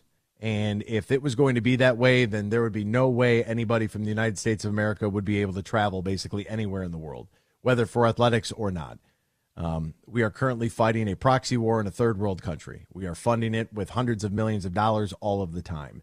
We got a president elected who we liked, and when the investigation inside Ukraine was being launched for money laundering, for bribery, for corruption, our active president and his son got the prosecutor, the investigator. We got that guy canned. That's fact. That is factual. We do have bioweapons labs there in Ukraine. That's why we are interested in Ukraine. We run that country. That's why we're funding this war against the Russians. Everybody knows it. No one will really talk about it. And that's the sad reality of the entire thing. So it's not, whether the Soviet Union wants to impose their old will, right? Notice how I call them Soviet Union and not Russia. Whether that's Putin's long-lasting goal for his legacy is to reunite the Soviet Union, that I don't know. The eastern portion of Ukraine we already bombed in 2014. That's how we operate. You know, and if you put the shoe on the other foot and try to think about this from a 30,000-foot view, right? If the Russians had a bioweapons lab in Cuba, we would be losing our minds. Like, we would be on high alert all the time. We would be ready to go over to Cuba right now and take that island. I mean, that's what they're looking at. You know the enemy like you know yourself, is what Sun Tzu once said in The Art of War. Read the book. It's a quick read. It's worth it. It's very interesting. Very interesting. A lot of the things that Sun Tzu talks about hundreds of years later, it still most definitely applies. So I'm good. If the Russians want to play here, you know, drop them a zdravstvuyte and keep it moving. You know, they don't have anything to do with that, just like you and I don't have anything to do with, you know, funding the constant death of civilians across the world on a regular basis. I mean, we got operators all over the place. We have people working all over the place at all times. We don't do it with the flag on. Now we do it with private military contracting groups. One of the biggest ones, actually, if you know the name Eric Prince out of Grand Rapids, you could definitely listen to the Sean Ryan show in his interview with Eric Prince out of GR. And I think that is one of, if not the most informative, intelligent, and fascinating hour and a half to 3 hours that you're going to spend learning about what's actually going on in the world. Because Eric Prince, was the founder of Blackwater. Blackwater's the military contractor that was hired by the Department of Defense to go over to the Middle East. And they had a lot of different projects that they were working on. And he'll call it right out. Like, he'll tell you about the bureaucracy. He'll tell you about the diplomacy or lack thereof. He'll explain what happened, why it happened. Why they don't have any of the footage from inside the vehicles in which they were pinned with killing civilians. And that just, I mean, how did an AK round end up in a radiator in their car if they were shooting at just civilians? Like, that was not the case at all. That's how they were painted. He went to court. 3 of his guys went to prison. You know, it's a pretty fascinating story. So I would definitely recommend taking a look at that to see how we operated in the Middle East, what happened, what went wrong, what could have went right, and then how we operate on a global scale to protect our interests, which are our money. That's our interest. Our interest is our money. Like, that's what we're interested in. And there's no ifs, ands, or buts about it. There's a few African nations that have, you know, whether it's South Africa joining the BRICS alliance, which I think that's very important that you're aware. It looks like Iran and Saudi Arabia are both in for BRICS starting in January. They're working on a new monetary system that would, you know, surpass the U.S. dollar as the number one currency in the world for trade. And when you talk about Syria, Iran, you talk about Russia, you talk about China, you're talking about massive Argentina getting in the mix. You're talking about a lot of the world's oil supply. You're talking about a lot of the population. Brazil's in there as well. India is in there as well. Like, these are things that we should be talking about, and these are things that we should be addressing, but instead we waste our time with a whole bunch of nonsense. It's unfortunate, but, you know, that's the way that I see it. Hopefully maybe you learned something out of everything I just said, and you can feel free to quote unquote fact check me if you want, but it's all available on the internet. No matter how much Google is told to censor their searches, you can see it all right there. And you should be very aware of what's taking place, because in my lifetime, will it happen? In my lifetime, probably. In your child's lifetime, absolutely. Like, you should absolutely be paying attention for this, especially if you have children, because the world that they're living in right now here in the USA is a scary one. It is a lot different today. And we've gone so far off the cliff that I don't know that we come back. And that's just how I see it. Do I think that this is going to, like, we're going to get Chernobyl over here? Like, somebody's going to launch a tactical nuke? Probably not. Probably not. But what they can do is they can hit us in a multitude of different directions using, you know, some unconventional tactics. Well, they're not unconventional. We've been using stuff from the CIA forever. But, you know, it's dangerous. That's a dangerous organization all in itself. The CIA is not. That is a very, I mean, somebody going to whack me right now even talking about it? Like, the agency is terrifying. Terrifying. So I'm good with the Russian players. Long story short, I'm good with them playing here. It's not their choice. Just like you don't have a choice in what we're doing, they don't have a choice in what Vladimir Putin's doing. And to be honest with you, you can be as mad at Putin as you want to be, but if the shoe was on the other foot and we felt like there was a hostile entity building bases in Cuba, Mexico, wherever, like we would be on high alert, ready to roll. Somebody rolls up onto Greenland and starts building bioweapons labs. Best believe we're going to Greenland to blow those things up. You can't tell me about how much, climate change and going green and all this stuff matters. The guy sitting on top of the White House tells us that about all the time, right? It's all about going green initiative. Dude blew up a pipeline in the ocean. Like, come on. Like, can't have it both ways. Which one is it? So, we're just there to protect our interests. That's why we keep funding the war. That's why we keep dropping off hundreds of millions of dollars, because that's what we're up to. So if you have any debate on that, you are more than welcome to. Feel free to call in 866-838-4843. Like I said, I could talk about that all day long. The way to fix the NBA All-Star Game is to definitely have USA versus the rest of the world. The rest of the world will play their bleeps off, and the game would be competitive, and I would even watch it. I can't stand the NBA. I like the NBA. I don't have a problem with the actual league itself. I think it's a very fascinating league. I think that they're all overpaid. I think that much is true. But I just don't know how you'd get the buy-in in the middle of the season. That's where it'd be like having the Pro Bowl in the middle of the NFL season. Like, we got to keep the main thing the main thing. The main thing is winning the NBA championship. And then from there, if you want to do the defending champion of the United States and all of the professional leagues across the world, they want to do some pool play for a Champions League style. The Champions League is awesome. If you don't know what it is, it's the top 4 teams from all of the powerhouse leagues in Europe. Those teams get into the Champions League. They have a big drawing of who plays in what groups. And then if you win the Champions League, you are literally the best club in all of Europe. And so you'll have the Russian Pro League, French, Italian, Spanish, the Premier League, right? All of these different leagues. You send your best 4, and those clubs battle it out, and it makes for some riveting games. And they play home and homes, like aggregate score, so your total score after the 2 matches. Like, it's awesome. What they have is great. Can we apply it to another sport? The one that I think we could and make sense in would be basketball.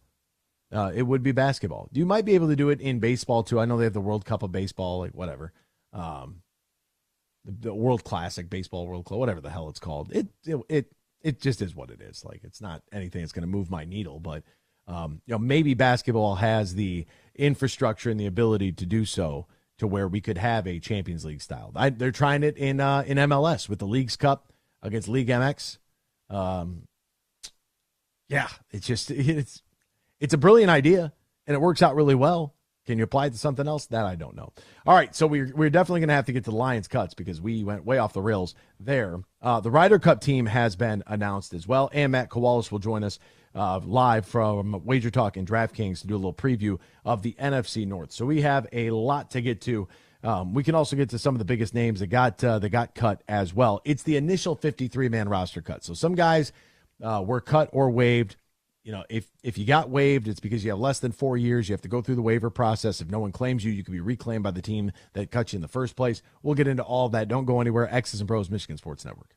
Friday, October 27th, TVs and Practical Jokers are up to their usual tricks. If you're not here, you are missing out. It's the Tenderloins at Soaring Eagle Casino and Resorts. Sal, James, and Brian for 2 shows and twice the laughs. 7 and 10 p.m. Tickets start at $59. On sale now at the box office and etix.com. Don't miss the Drive Tour with the Tenderloins, October 27th. Party hard, laugh louder. Details at SoaringEagleCasino.com. Huge here for all the Mr. Car Wash locations across Michigan. You're going to want to look into that unlimited monthly pass that I use. Superfly Hayes, my producer, uses it. I can get my SUV washed as often as I like for one low price.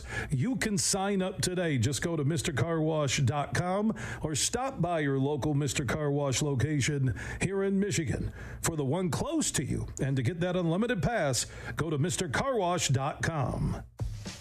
Fuel up for less with M-Perks.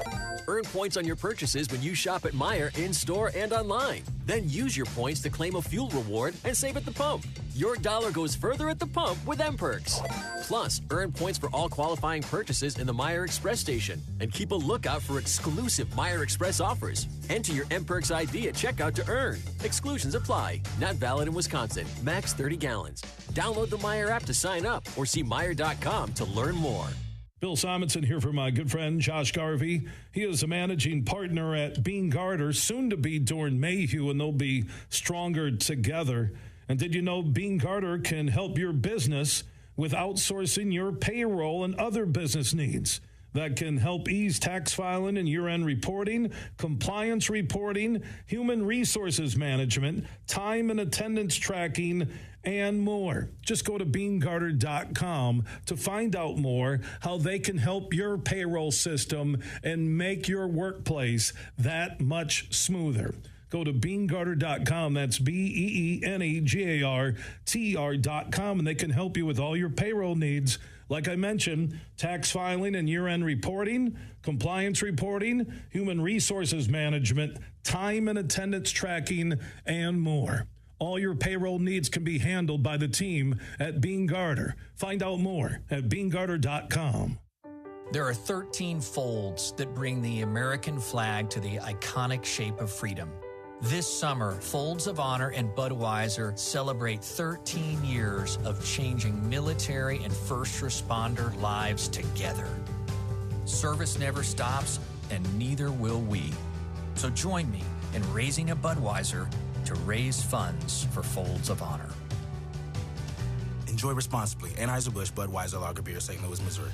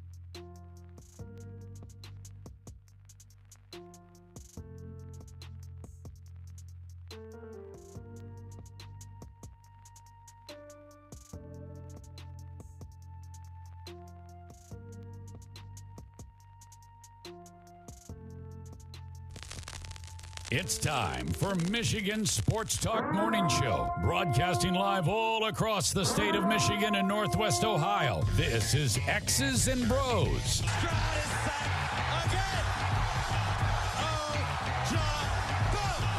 Swings it out to Sadiq Bey. Defended in the corner! To Abdul-Rahman at midcourt. Extra pass. And it goes for the win! The three-pointer by Jordan Poole. Here's the give. Walker! Kenneth Walker! Touchdown! Spike! Goff's got it. Back. Looks. Throws. Ends up. Yes! Caught! Touchdown Detroit Lions! They did it! Amon-Ra St. Brown in the receiving end!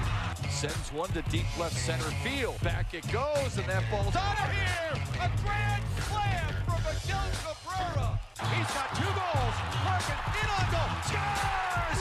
His first career hat trick in his 7th season for Dylan Larkin. Here's your host, Anthony Bellino. Rise and shine, folks. Welcome back here, X's and Bros on the Michigan Sports Network. So great to have you right along with us, no matter who you are, where you are, how you may be listening, all across the great state of Michigan and in Northwest Ohio and worldwide on the iHeartRadio app. We say good morning to you. We welcome you. We thank you. We appreciate you. And, of course, we encourage you. Text the keyword sports radio. Send that to 21,000 or give us a dial on the Meyer Supercenter guest line, 866-838-4843, 866-838-4843. Brett, what do you got going on over there in the Meyer Supercenter guest line? I've got Jonathan in Kalamazoo. Jonathan in Kalamazoo, good morning to you, my friend. How are you on this Wednesday? Happy Hump Day! Happy Hump Day. What's up? Nothing much. How are you? You doing all right? You hanging in there? I'm hanging in there. Love the show. I listen just about every morning on my way to work, as I am now. And it's my first time calling, though, so I appreciate you guys taking the call. Wait, Jonathan, did you just hit us with a long-time listener, first-time caller? Huh? Hey, look at you, savvy radio veteran here. Long-time listener, first-time caller. Love that. What's on your mind, man? I kind of caught the tail end of your spiel about the NHL and the Russian players, and then the Ukraine and situation over there. And, I just kind of wanted to chip in my little 2 cents, Oh, yeah. I'm a U.S. Army veteran, and, I have mixed feelings.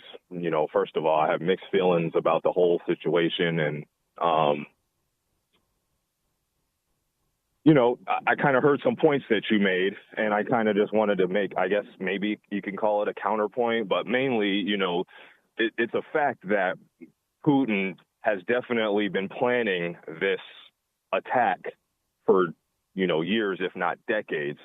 And so, I kind of just wanted to make that point. You sounded like you were sure that the U.S. has interests over there, and that's why we're so involved. And, I don't dispute that, but I just wanted to make clear that, it's also very, very true that Putin has been planning this attack on Ukraine for a long time. And, I believe part of that is they believe that Kyiv is kind of the center of their land. They have always thought that.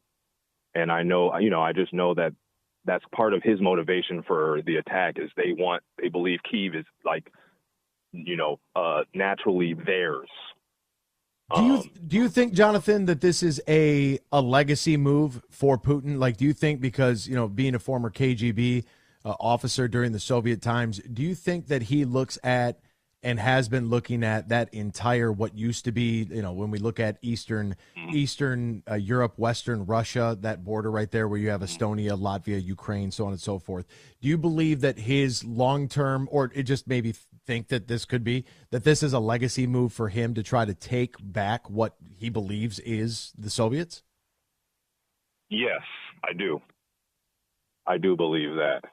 And I don't know right or wrong. I'm not here to really say right or wrong, but I just, I do believe that, like, this, he's felt strongly that is his or theirs. And I know he's, been making plans for it for a long time. He's got something like hundreds of billions of dollars worth of gold buried, as far as the sanctions go. So he's very, not, as far as I know, last I checked, like, he's not super worried about the sanctions and all that stuff that we're imposing on him. He's prepared for all of that. As far as his friends, his allies, I think we're hurting them more than we've actually hurt Putin, thus far. What I also find very, very interesting, Jonathan, is that, so, like, when the UN announced all of those sanctions, right? The United Nations, yep. In the previous president had tried to tell Germany, you got to get off of Russian oil dependency. Like, you're going to have to do it. Like, eventually the time is going to come where you're going to wish you didn't. And now look at the status that they're in. But I find it interesting. The UN drops all those sanctions, but countries that aren't involved in those sanctions are countries that we purchase oil from. So it's like, okay, so sanction us, but that's cool. We'll just send it. We can send it anywhere in the Middle East and you'll buy it from them. So are we not only funding Ukraine, but also subsequently buying the oil from the Middle East, and that money's going back to Putin? Like, that's a cluster. It is. It's a cluster F. Yes. And the other thing I heard you say, which I'm going to do more research on, is that BRIC stuff. So I've vaguely read about, I think South Africa just had some kind of meeting in which Putin, I think he was invited, but I don't think Putin actually went, but I think Russia was there. And I found that interesting. And I think you were just hitting on that too. Like, all these other countries are starting to, like you were mentioning, Argentina, Brazil, China, India are, starting to form this quote unquote alliance. And that to me is an eye opener. And like you were saying, that is something that more people should be aware of. I have a 7-year-old son too. And like you said, if not for us, for our children, we should definitely be more aware of all the stuff that's going on. And so I agree with you wholeheartedly there. And that's something that I will, I hope I will be looking more into in the near future too.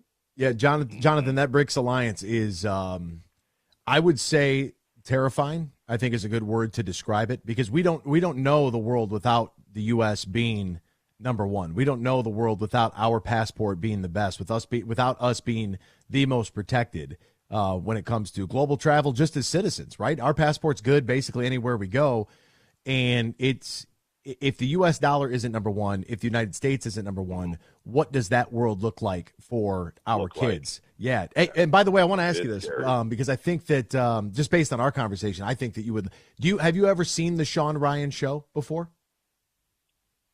No. Okay, so today, YouTube, Spotify, however you want to get it, Sean Ryan is an ex Navy SEAL and former agency operative, and he decided he was going to start his own podcast. The guests that he has on and the topics that they cover, I'm addicted to it. I can't get enough of it. I think I think it should be the number one most listened to thing right now in America, because what they're talking about is real world, is happening right now. I mean, they go all the way down to remote viewing within the CIA, to what's going on in Antarctica, what's going on with BRICS. I mentioned Eric Prince there from Blackwater on the west side of the state in Grand Rapids. He's a local there, the founder of Blackwater, and what they were doing and his whole story. Like, it's episode after, I don't even know, there's like 80 episodes, but it is phenomenal, and it's right in our wheelhouse. Okay, I'll definitely look him up. Sean Ryan. Yep, Sean Ryan, traditional spelling, both names. Cool. I like it. Go All right, brother. Lions, man. Go Lions. I bet you Dan Campbell, if he Absolutely. sat down with Putin, he could figure this out. You know, Dan Campbell's growing on me, too. I love the moves that they're making the last few years. You know, they're being patient. They're doing it traditionally, drafting, free agent, blah, blah. Like, you know, and this is – I just was reading also before I got in the car and turned you on. I was reading there's this bar in Wisconsin that's going to pay everyone's tabs for the whenever the Jets lose this season. They're going to pay everyone's – I saw that in Milwaukee. They're buying Br0's for every Aaron Rodgers loss. They're still salty. Jonathan, Aaron Rodgers loss. I think that's great. I love it too, man. Hey, I appreciate the call. Thank you so much for making us a part of your day. Appreciate you, my friend. What do they say? Yes, what's the Army slogan? Army strong, baby. Army strong. There we go. Army strong all day long. I love that. That's Jonathan right there. We'll be back with more X's and Bros after this here on the Michigan Sports Network. What are you looking for in a career? What are you looking for in your pursuit of happiness and satisfaction? Let's answer those questions by answering this one. What are you? If you're selfless, courageous, dedicated, disciplined, and humble, your happiness and satisfaction may be in a new career in law enforcement. Visit MichiganPoliceChiefs.org today or simply walk into your local police department and start the conversation. You may find the answer to all of your questions. I'm Matt Shepard, the voice of Detroit baseball. I'm Herman Moore, and football is my game. So we know a few things about sports. And the passion of Detroit fans. That's why we're big fans of Eagle Casino and Sports. It's the mobile sports book that lets you bet on action all year long. Right from your mobile device. Eagle Casino and Sports. Made in Michigan. Made for Michigan. Download the app and start winning today. Must be 21 or older and in Michigan to play. Merck Perks from Mercantile Bank is here. Merck Perks checking has all you need to plan your busy lifestyle. Travel services for hotels, airfare, and cruises, cashback rewards, and even savings on prescriptions, eyewear, and dental work. Merck Perks also includes all the traditional benefits you love, like online and mobile banking, and fee-free access to almost 40,000 MoneyPass ATMs. So when you're ready for perks, Merck is here. Learn more at mymerckperks.com, member FDIC. If you or your family is touched by autism, learn more about Freddy's Foundation at #PopTheTab at freddythepizzaman.com. That's FREDI, thepizzaman.com, or email freddythepizzaman@gmail.com.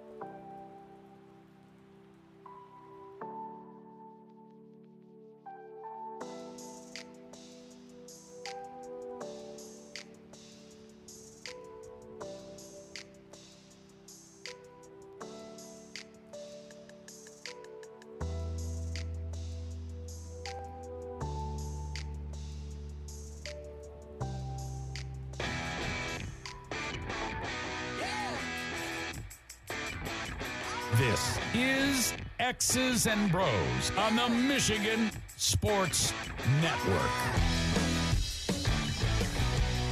Welcome back here to X's and Bros, Michigan Sports Network. Great to have you riding along with us, no matter who you are, where you are, how you may be listening. We got a text here from Will in Dutton. Will, I appreciate it. I appreciate the kind words. Not everybody agrees. Stat Wagon just tweeted into me. A lot of conspiracy spoken as fact this morning. You might want to take your bird's eye view of your bias. That's the thing. I don't really have a bias. I don't really have one. You know, if we could all just get along, that would be great. That would be great. But I don't believe I said anything that was factually incorrect. So, but I'm more than welcome to. If you have an item that I said that you take issue with, if there's anything I said you take issue with, trust me, it's an open forum show, folks. We can talk about the Lions roster, Ryder Cup, Ukrainian War, BRICS Alliance, like all of it. You can bring it all to the table. What else is going on in your life? I mean, I felt bad. New York Scott yesterday, I was getting I felt like he was poor guy. I mean, he was some of the things he said. I was worried about his health and safety there. He was so upset over Jim Harbaugh. A lot of upset people over Jim Harbaugh. Not many people upset over Mel Tucker. All right, Brett, you got more activity over there in the Myers Supercenter guest line. Who do we have? Yeah, we've got USDA Scott. 866-838-4843. 866-838-4843. What's going on this morning, USDA Scott? Hey, brother. Hey, real quickly. Well, maybe not, but I know you don't have 2.5 hours to have this conversation. But anyway, I'm conservative. I'll say that. I'll admit that. But I like hearing everybody's views. We can only grow stronger if we listen to one another instead of shut each other down. So, with that, Putin has wanted all those countries back.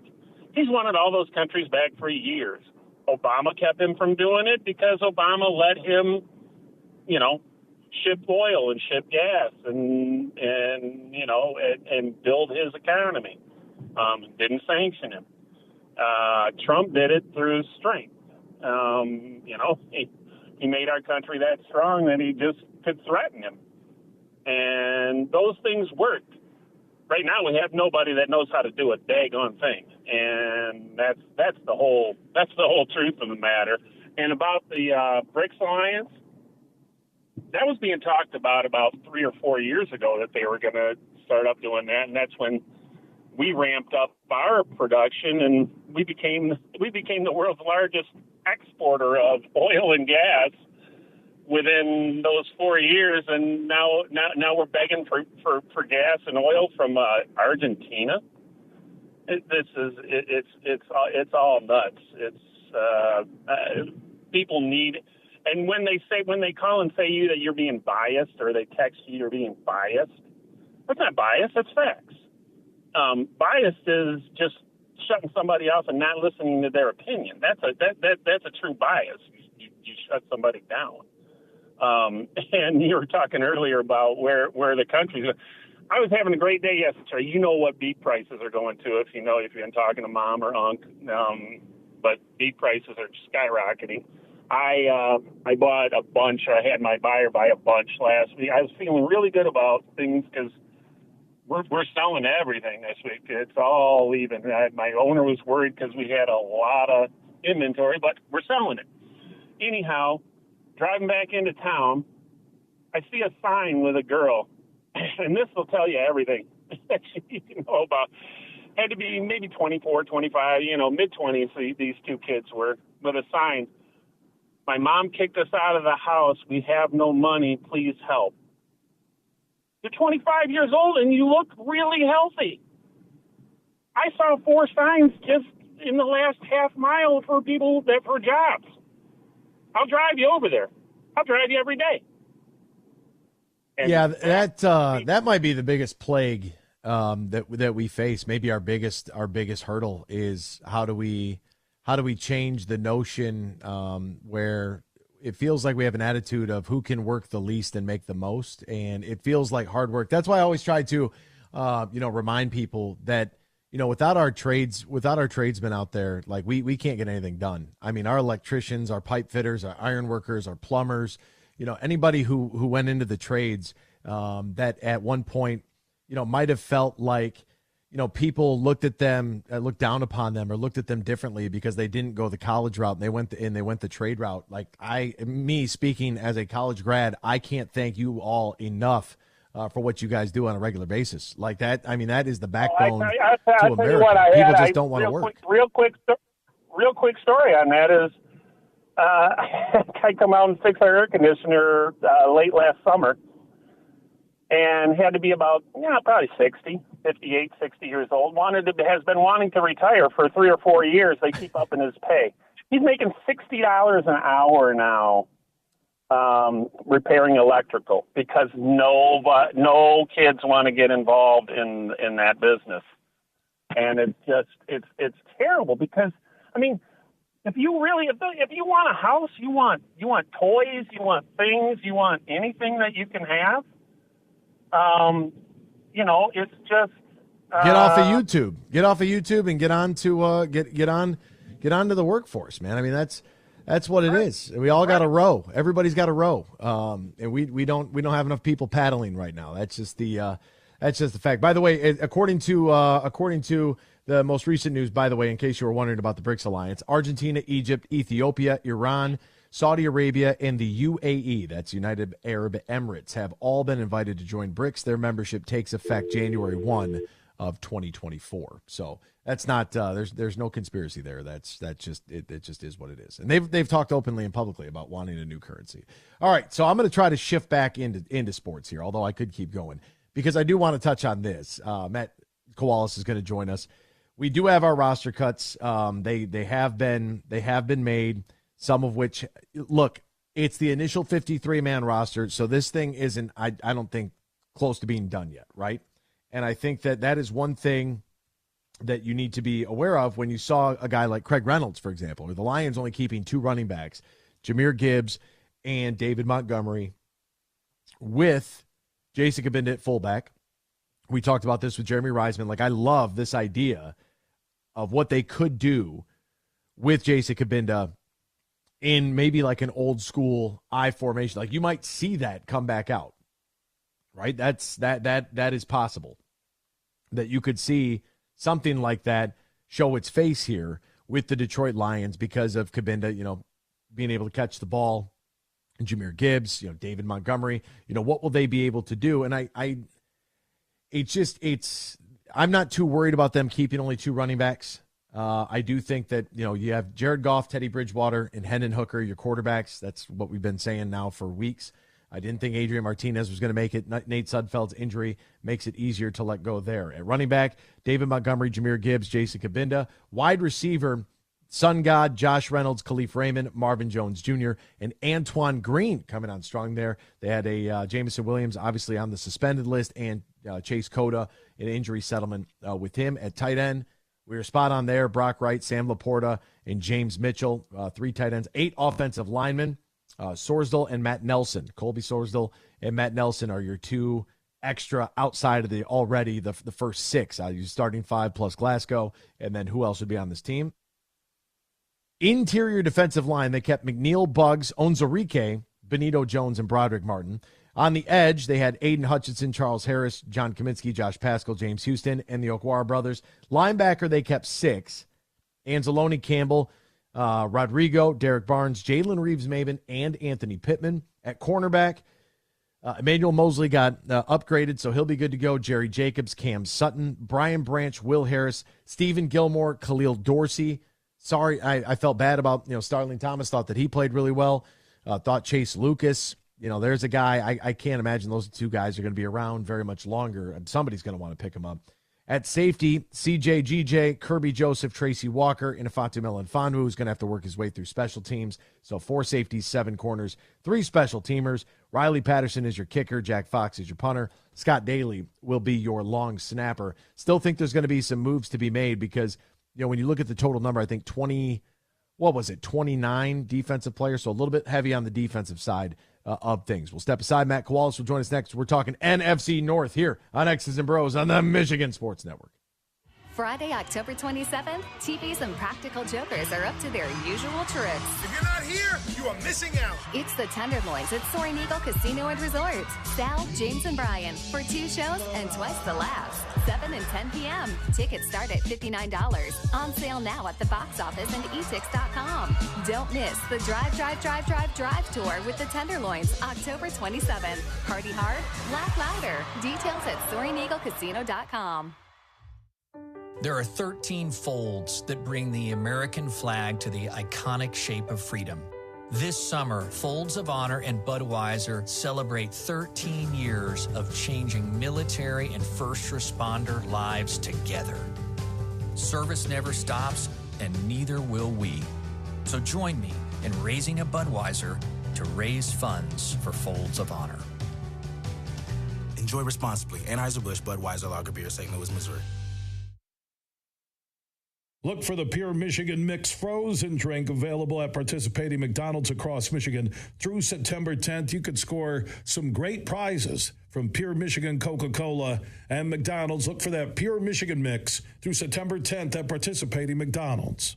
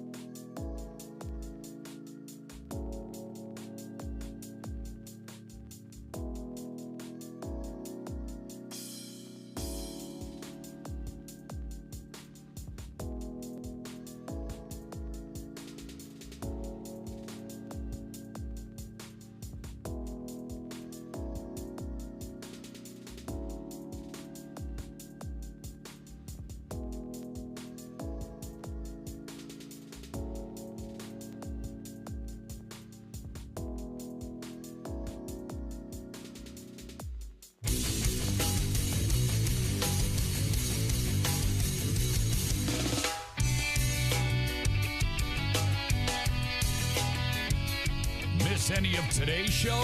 Find our podcast and listen on demand on Google, Apple, Spotify, the iHeartRadio app, or wherever you get your podcast.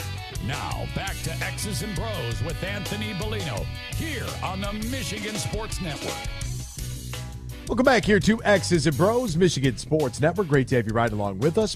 Brett Hayes, Ryan Elke, I'm Anthony Bellino. Join us right now on the Myers Super Center guest line. We typically do this on a Monday, but we had to audible his name. Matt Kowalis, find him on Twitter at MoneylineMatt8, covering the world of sports betting for Wager Talk and for DraftKings. Good morning to you, Matt. How are you, my friend? What was going on out there Monday morning? What kind of golf course? What were you up to? Where were you at? Hey, what's going on, Anthony? Great to be back on the show. Excited to talk with everyone. And I was actually at the Detroit Golf Club on Monday. I also own a CBD company, so we set up a tent, give out samples, stuff like that with Tri-Covery, massage and flexibility. So we massage some of the golfers, get them some free CBD, get them loose before the round, stuff like that. And it was actually Mark Wahlberg's charity outing. So pretty cool to see a lot of athletes out there, big buzz around Detroit Golf Club. So, yeah, that's where I was at Monday.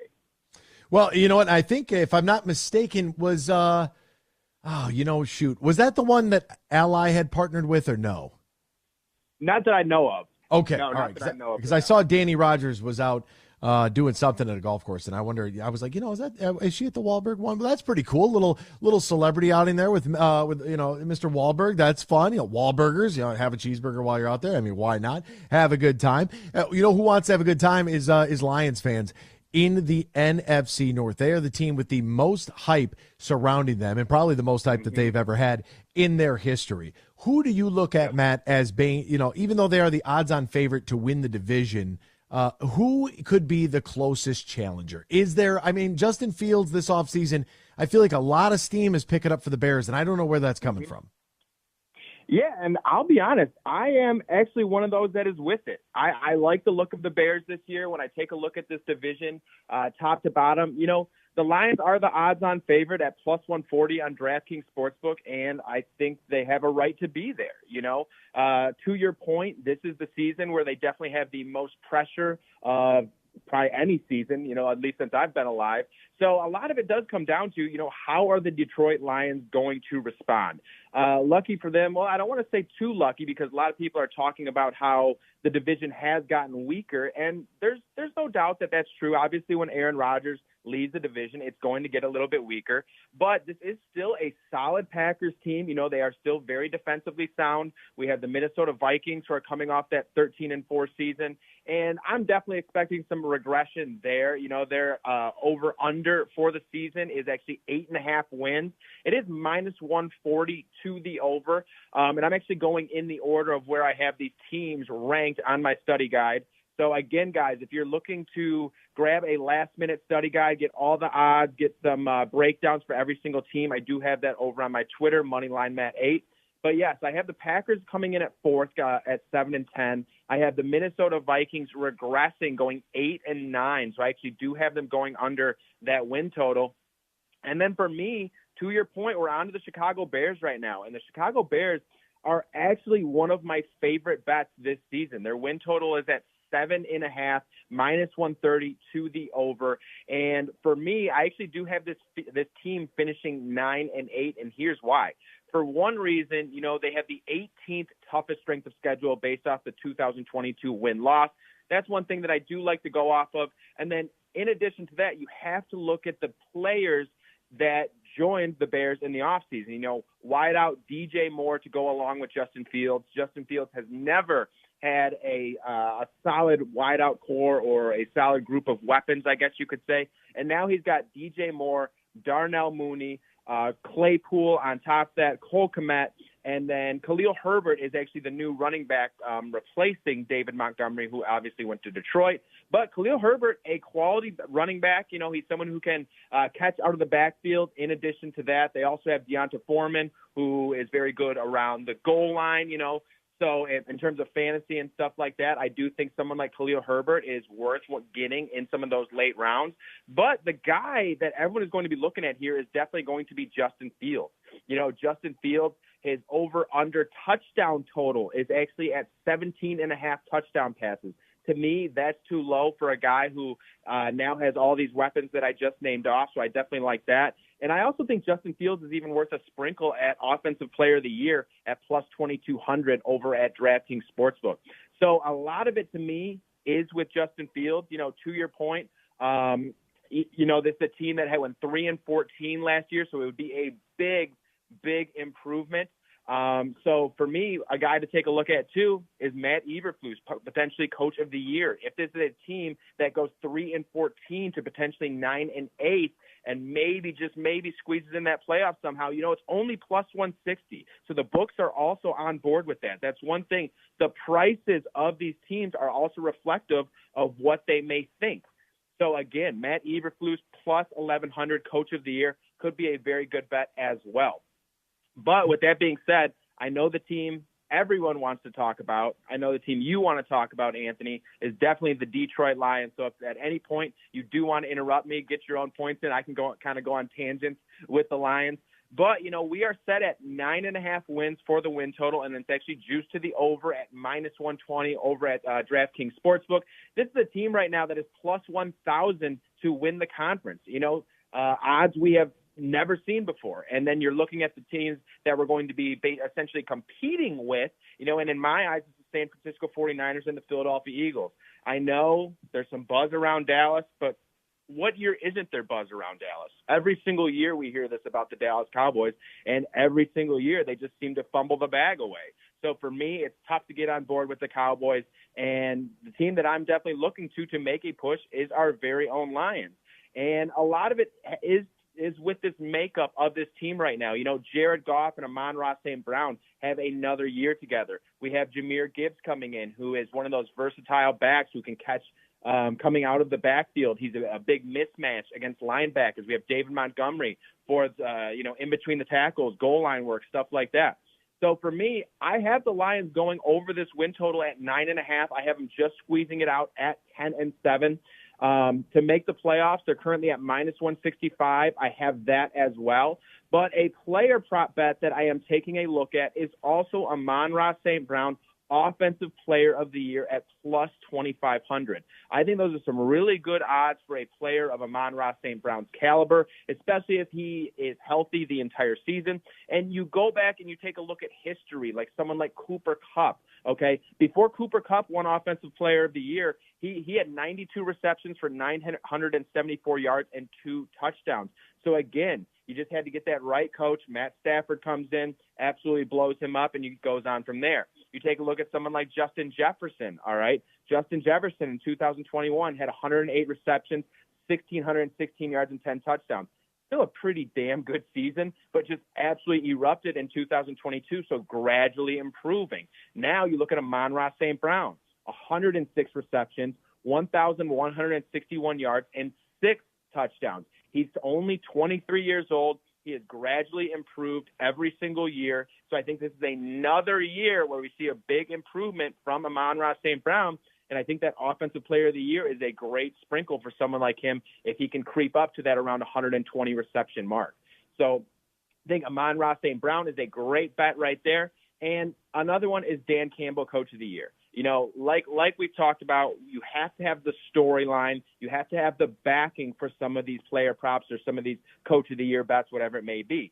And with the buzz around Detroit, we went 9-8 last year, closed the season so strong. If Dan Campbell can get this team into the playoffs with a 10-7, 11-6 record, with the buzz around Detroit, with all the hype that'll be around it, it's tough for me not to see Dan Campbell being in the running for Coach of the Year, if not the front runner. He is the leader for a reason at plus 850, but plus 850 is still good odds. So if you're someone who's on board with this Lions team, you think they're going to make that playoff push, Dan Campbell is a great bet for Coach of the Year, and you got to look at everything else with it.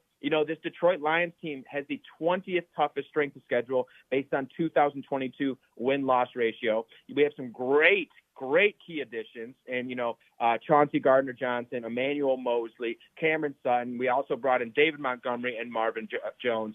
So some really great additions for this Lions team. We got some veterans. We have the youth. We're now the top dogs in the division, and obviously, like I talked about, this division has gone down a little bit, but it's still a division you can easily go out and go 4-2 or something along those lines. So for me, I really do love the look of this Detroit Lions team from top to bottom, not only to win the division at plus 140, not only to go over the win total at 9.5 wins, not only to make the playoffs at minus 165, all on DraftKings Sportsbook, but I really love some of these player props like the Offensive Player of the Year from Amon-Ra St. Brown, Dan Campbell, Coach of the Year. I think there's a lot of value in this team this year, but the biggest thing that we have to see, which is next Thursday, is how this team is going to respond with some pressure. And with a coach like Dan Campbell, I'm on board. I think they respond well, and I think this is a season that Detroit fans are going to remember for a long time, Anthony. Well, you know what, Matt? I hope that you are right because I am all in on the Honolulu Blue Kool-Aid. I hope that this is the year because in that old mantra that used to surround the Lions, I don't even like to speak it here on this program because I feel like every year is independent of itself. But does it concern you at all that there were no snaps for Jared Goff throughout the course of the preseason? Or is that just something that, we look at this from every coach is kind of doing it different. Some guys have played a series. Some guys maybe played a total of a quarter. Kansas City continues to be the comparison. Well, Patrick Mahomes out there throwing passes to Travis Kelce, and it's like, okay, so the guy threw 8 passes in the preseason. I don't know. This feels like it's every coach trying to figure out what the new NFL preseason sort of looks like on the 3-week schedule with the joint practices. Mm-hmm. What do they want to do? Who do they want to see? Does it make you nervous at all that we haven't seen our starting units out there? From a fan's perspective, I think it might worry you a little bit just because you haven't seen it. But, every day Dan Campbell is seeing it. He's still out there on live practices, going against live defenses, stuff like that. More than anything, I think just the way the NFL is today or sports in general, a lot of these coaches, a lot of these owners just want to protect their investment. And the last thing that you ever want to see or, we all play fantasy. How often have you been done your fantasy draft and then someone goes down in preseason, you're like, oh my God, and you feel like your season's ruined. So, and these coaches and owners feel the same way. So I think just with all the hype around the team, I think it also says something for what Dan Campbell thinks of Jared Goff at this point. He's very confident in him, confident to the point that he feels like he doesn't need to see him out in preseason and would rather give it to some of the young guys out there. So for me, it doesn't worry me all that much. I understand from the fan perspective, they want to see them out there. But I'm okay with it, giving the reps to, Teddy Bridgewater right now and Adrian Martinez and stuff like that. Jared Goff is a veteran. He's been here. This is a guy that's been to the Super Bowl. He's been through the playoffs. And I just think Dan Campbell is very invested in him. He has his faith in him. So for me, no, it doesn't worry me all that much because to your point as well, every coach and every team does do it different.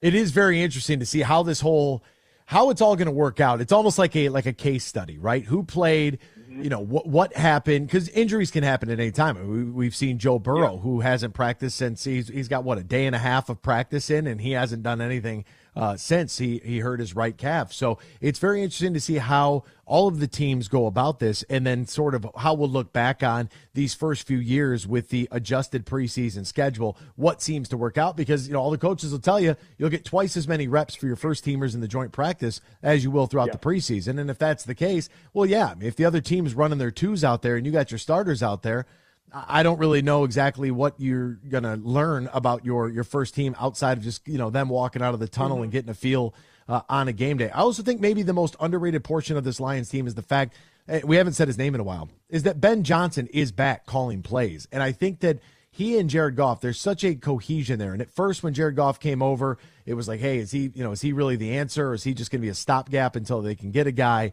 I think they really found something but in the chemistry and the mix between those two guys. And the fact that Ben Johnson wanted to come back, I think that speaks volumes. Oh, 100%. And, this is a fun Lions team to work with these days. You look at it with someone like Amon-Ra St. Brown, a clear number one, a guy who can get you around 120 catches. You have someone like Jahmyr Gibbs who coming out of the backfield is a mismatch against any linebacker. David Montgomery in and out of the tackles. They just got Sam Laporta. They have a great offensive line. They have a great defensive line. So that's one thing, especially too, is when I'm evaluating teams at the beginning of the year, I always break down the offensive line and I break down the defensive line. And for the Detroit Lions, we easily have the best offensive line in the division.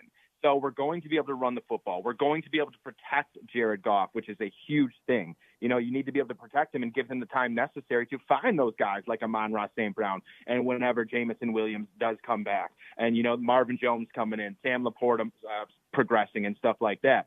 So, yeah, for me, I think it's a great move from Ben Johnson. I think it's a confident move, to your point. And I think Jared Goff and Ben Johnson both got to be excited coming into this season to see what step forward they can make. So I'm 100% with you, and having an offensive line like that of the Detroit Lions is just the icing on the cake, because you're going to give someone like Jared Goff, who is obviously not known for his mobility, but you got to give him that time back there to be able to find those weapons, develop things, get the run game going, stuff like that. So for me, again, to your point with Ben Johnson, very excited about that, and personally see the Lions and Jared Goff taking another step forward with him. He is Matt Kowalis. Find him on Twitter at MoneyLineMatt8 for more information on all things betting, sports betting. Get in there. He's got his guide out as well to make the NFL football season easier for you. That's MoneyLineMatt, then the number 8 on Twitter. Find him at Sports Memo, Wager Talk, and, of course, at DraftKings as well. Hey, Matt, my friend, I appreciate you as always. Thank you for joining us, and we'll touch base next week, partner. Yes, sir. Football is back, ready to break down these games. Have a good one, Anthony. Can't wait for week number 1. That's Matt Kowalis. What I like is somebody's fired up in the morning. I like that. Bring some juice. You know what I mean? That's great stuff. Great stuff from Matt there. We'll do more of the Lions' initial 53-man roster tomorrow. Get a little bit more in on that. Plus, we've got week 1 of college football, so we're going to be talking Central Michigan against Michigan State. We have ECU, that's East Carolina, not Eastern Carolina. The Pirates come to the big house on Saturday at 12 noon against the Maize and Blue. I don't like the Friday night kickoff. You know how I feel. Friday nights for the high school kids. Leave it be for that one. Got a great matchup. St. Mary's taking on St. John's out of Toledo. So there's the new Catholic League that is merging the North and the South. Toledo was supposed to be a part of Michigan anyway, so what's the difference? And you have Detroit Catholic Central against Toledo Central Catholic. So who will win the battle of inverted Catholic names? We'll figure that out Friday as well. As always, you've waited all year for this. College football is back. So are the traditions, the tailgates, and the great offers from the DraftKings Sportsbook. Right now, new customers can score $200 in bonus bets instantly when they bet just $5 on any college football wager. Kick off this season with the DraftKings Sportsbook this weekend. Download the app right now. Use the promo code HUGE, and new customers can get $200 in bonus bets instantly when they bet just $5 on any college football bet. Only on DraftKings Sportsbook. Only using the promo code HUGE. Now, if you or somebody you know has a gambling problem, wants help, needs help, call the Michigan Department of Health and Human Services Gambling Disorder Helpline, 800-270-7117. 21 plus, Michigan only. Bonus bets expire 7 days after issuance. Eligibility and deposit restrictions to apply. See terms at sportsbook.draftkings.com/football terms. As always, an absolute pleasure to be with you. I know we were all over the place today. All over the board. Got a lot of great tweets, so I'm going to try to get to those. And hopefully you have a great rest of your Wednesday. We'll talk to you tomorrow. That's Thursday. Same time, same place, here on the Michigan Sports Network. Huge here for the Michigan High School Athletic Association. You can stay up to date on the latest from Lansing 24/7 at MHSAA.com, at MHSAA on Twitter, and MHSAA on Facebook. The latest news, press releases, and stories connected to every high school in the state of Michigan, available for you 24/7 from the Michigan High School Athletic Association. Log on to MHSAA.com, at MHSAA on Twitter, and MHSAA on Facebook. And if you're looking for archive, boys and girls, high school sports, MHSAA.TV. That's MHSAA.TV. 24/7, everything you need to know about high school sports in Michigan. Log on to MHSAA.com. Fuel up for less with M-Perks. Earn points on your purchases when you shop at Meijer in-store and online. Then use your points to claim a fuel reward and save at the pump. Your dollar goes further at the pump with M-Perks. Plus, earn points for all qualifying purchases in the Meijer Express station and keep a lookout for exclusive Meijer Express offers. Enter your M-Perks ID at checkout to earn. Exclusions apply. Not valid in Wisconsin. Max 30 gallons. Download the Meijer app to sign up or see Meijer.com to learn more. Hey, sports fans, here's a hanging curveball that you can knock out of the ballpark. This is Matt Shepard, the voice of Detroit baseball, inviting you to step up to the plate at Eagle Casino and Sports, the mobile sports book where you can bet on all your favorites all year round, including, of course, our national pastime. So download the app and start winning today. Eagle Casino and Sports.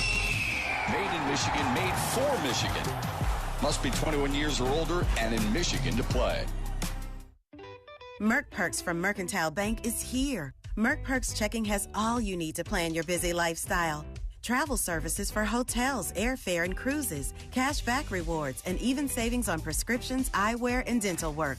Merck Perks also includes all the traditional benefits you love, like online and mobile banking, and fee-free access to almost 40,000 MoneyPass ATMs. So when you're ready for perks, Merck is here. Learn more at mymerckperks.com, member FDIC. Huge here for all the Mr. Car Wash locations across Michigan. You're going to want to look into that unlimited monthly pass that I use. Superfly Hayes, my producer, uses it. I can get my SUV washed as often as I like for one low price. You can sign up today. Just go to MrCarWash.com or stop by your local Mr. Car Wash location here in Michigan for the one close to you. And to get that unlimited pass, go to MrCarWash.com.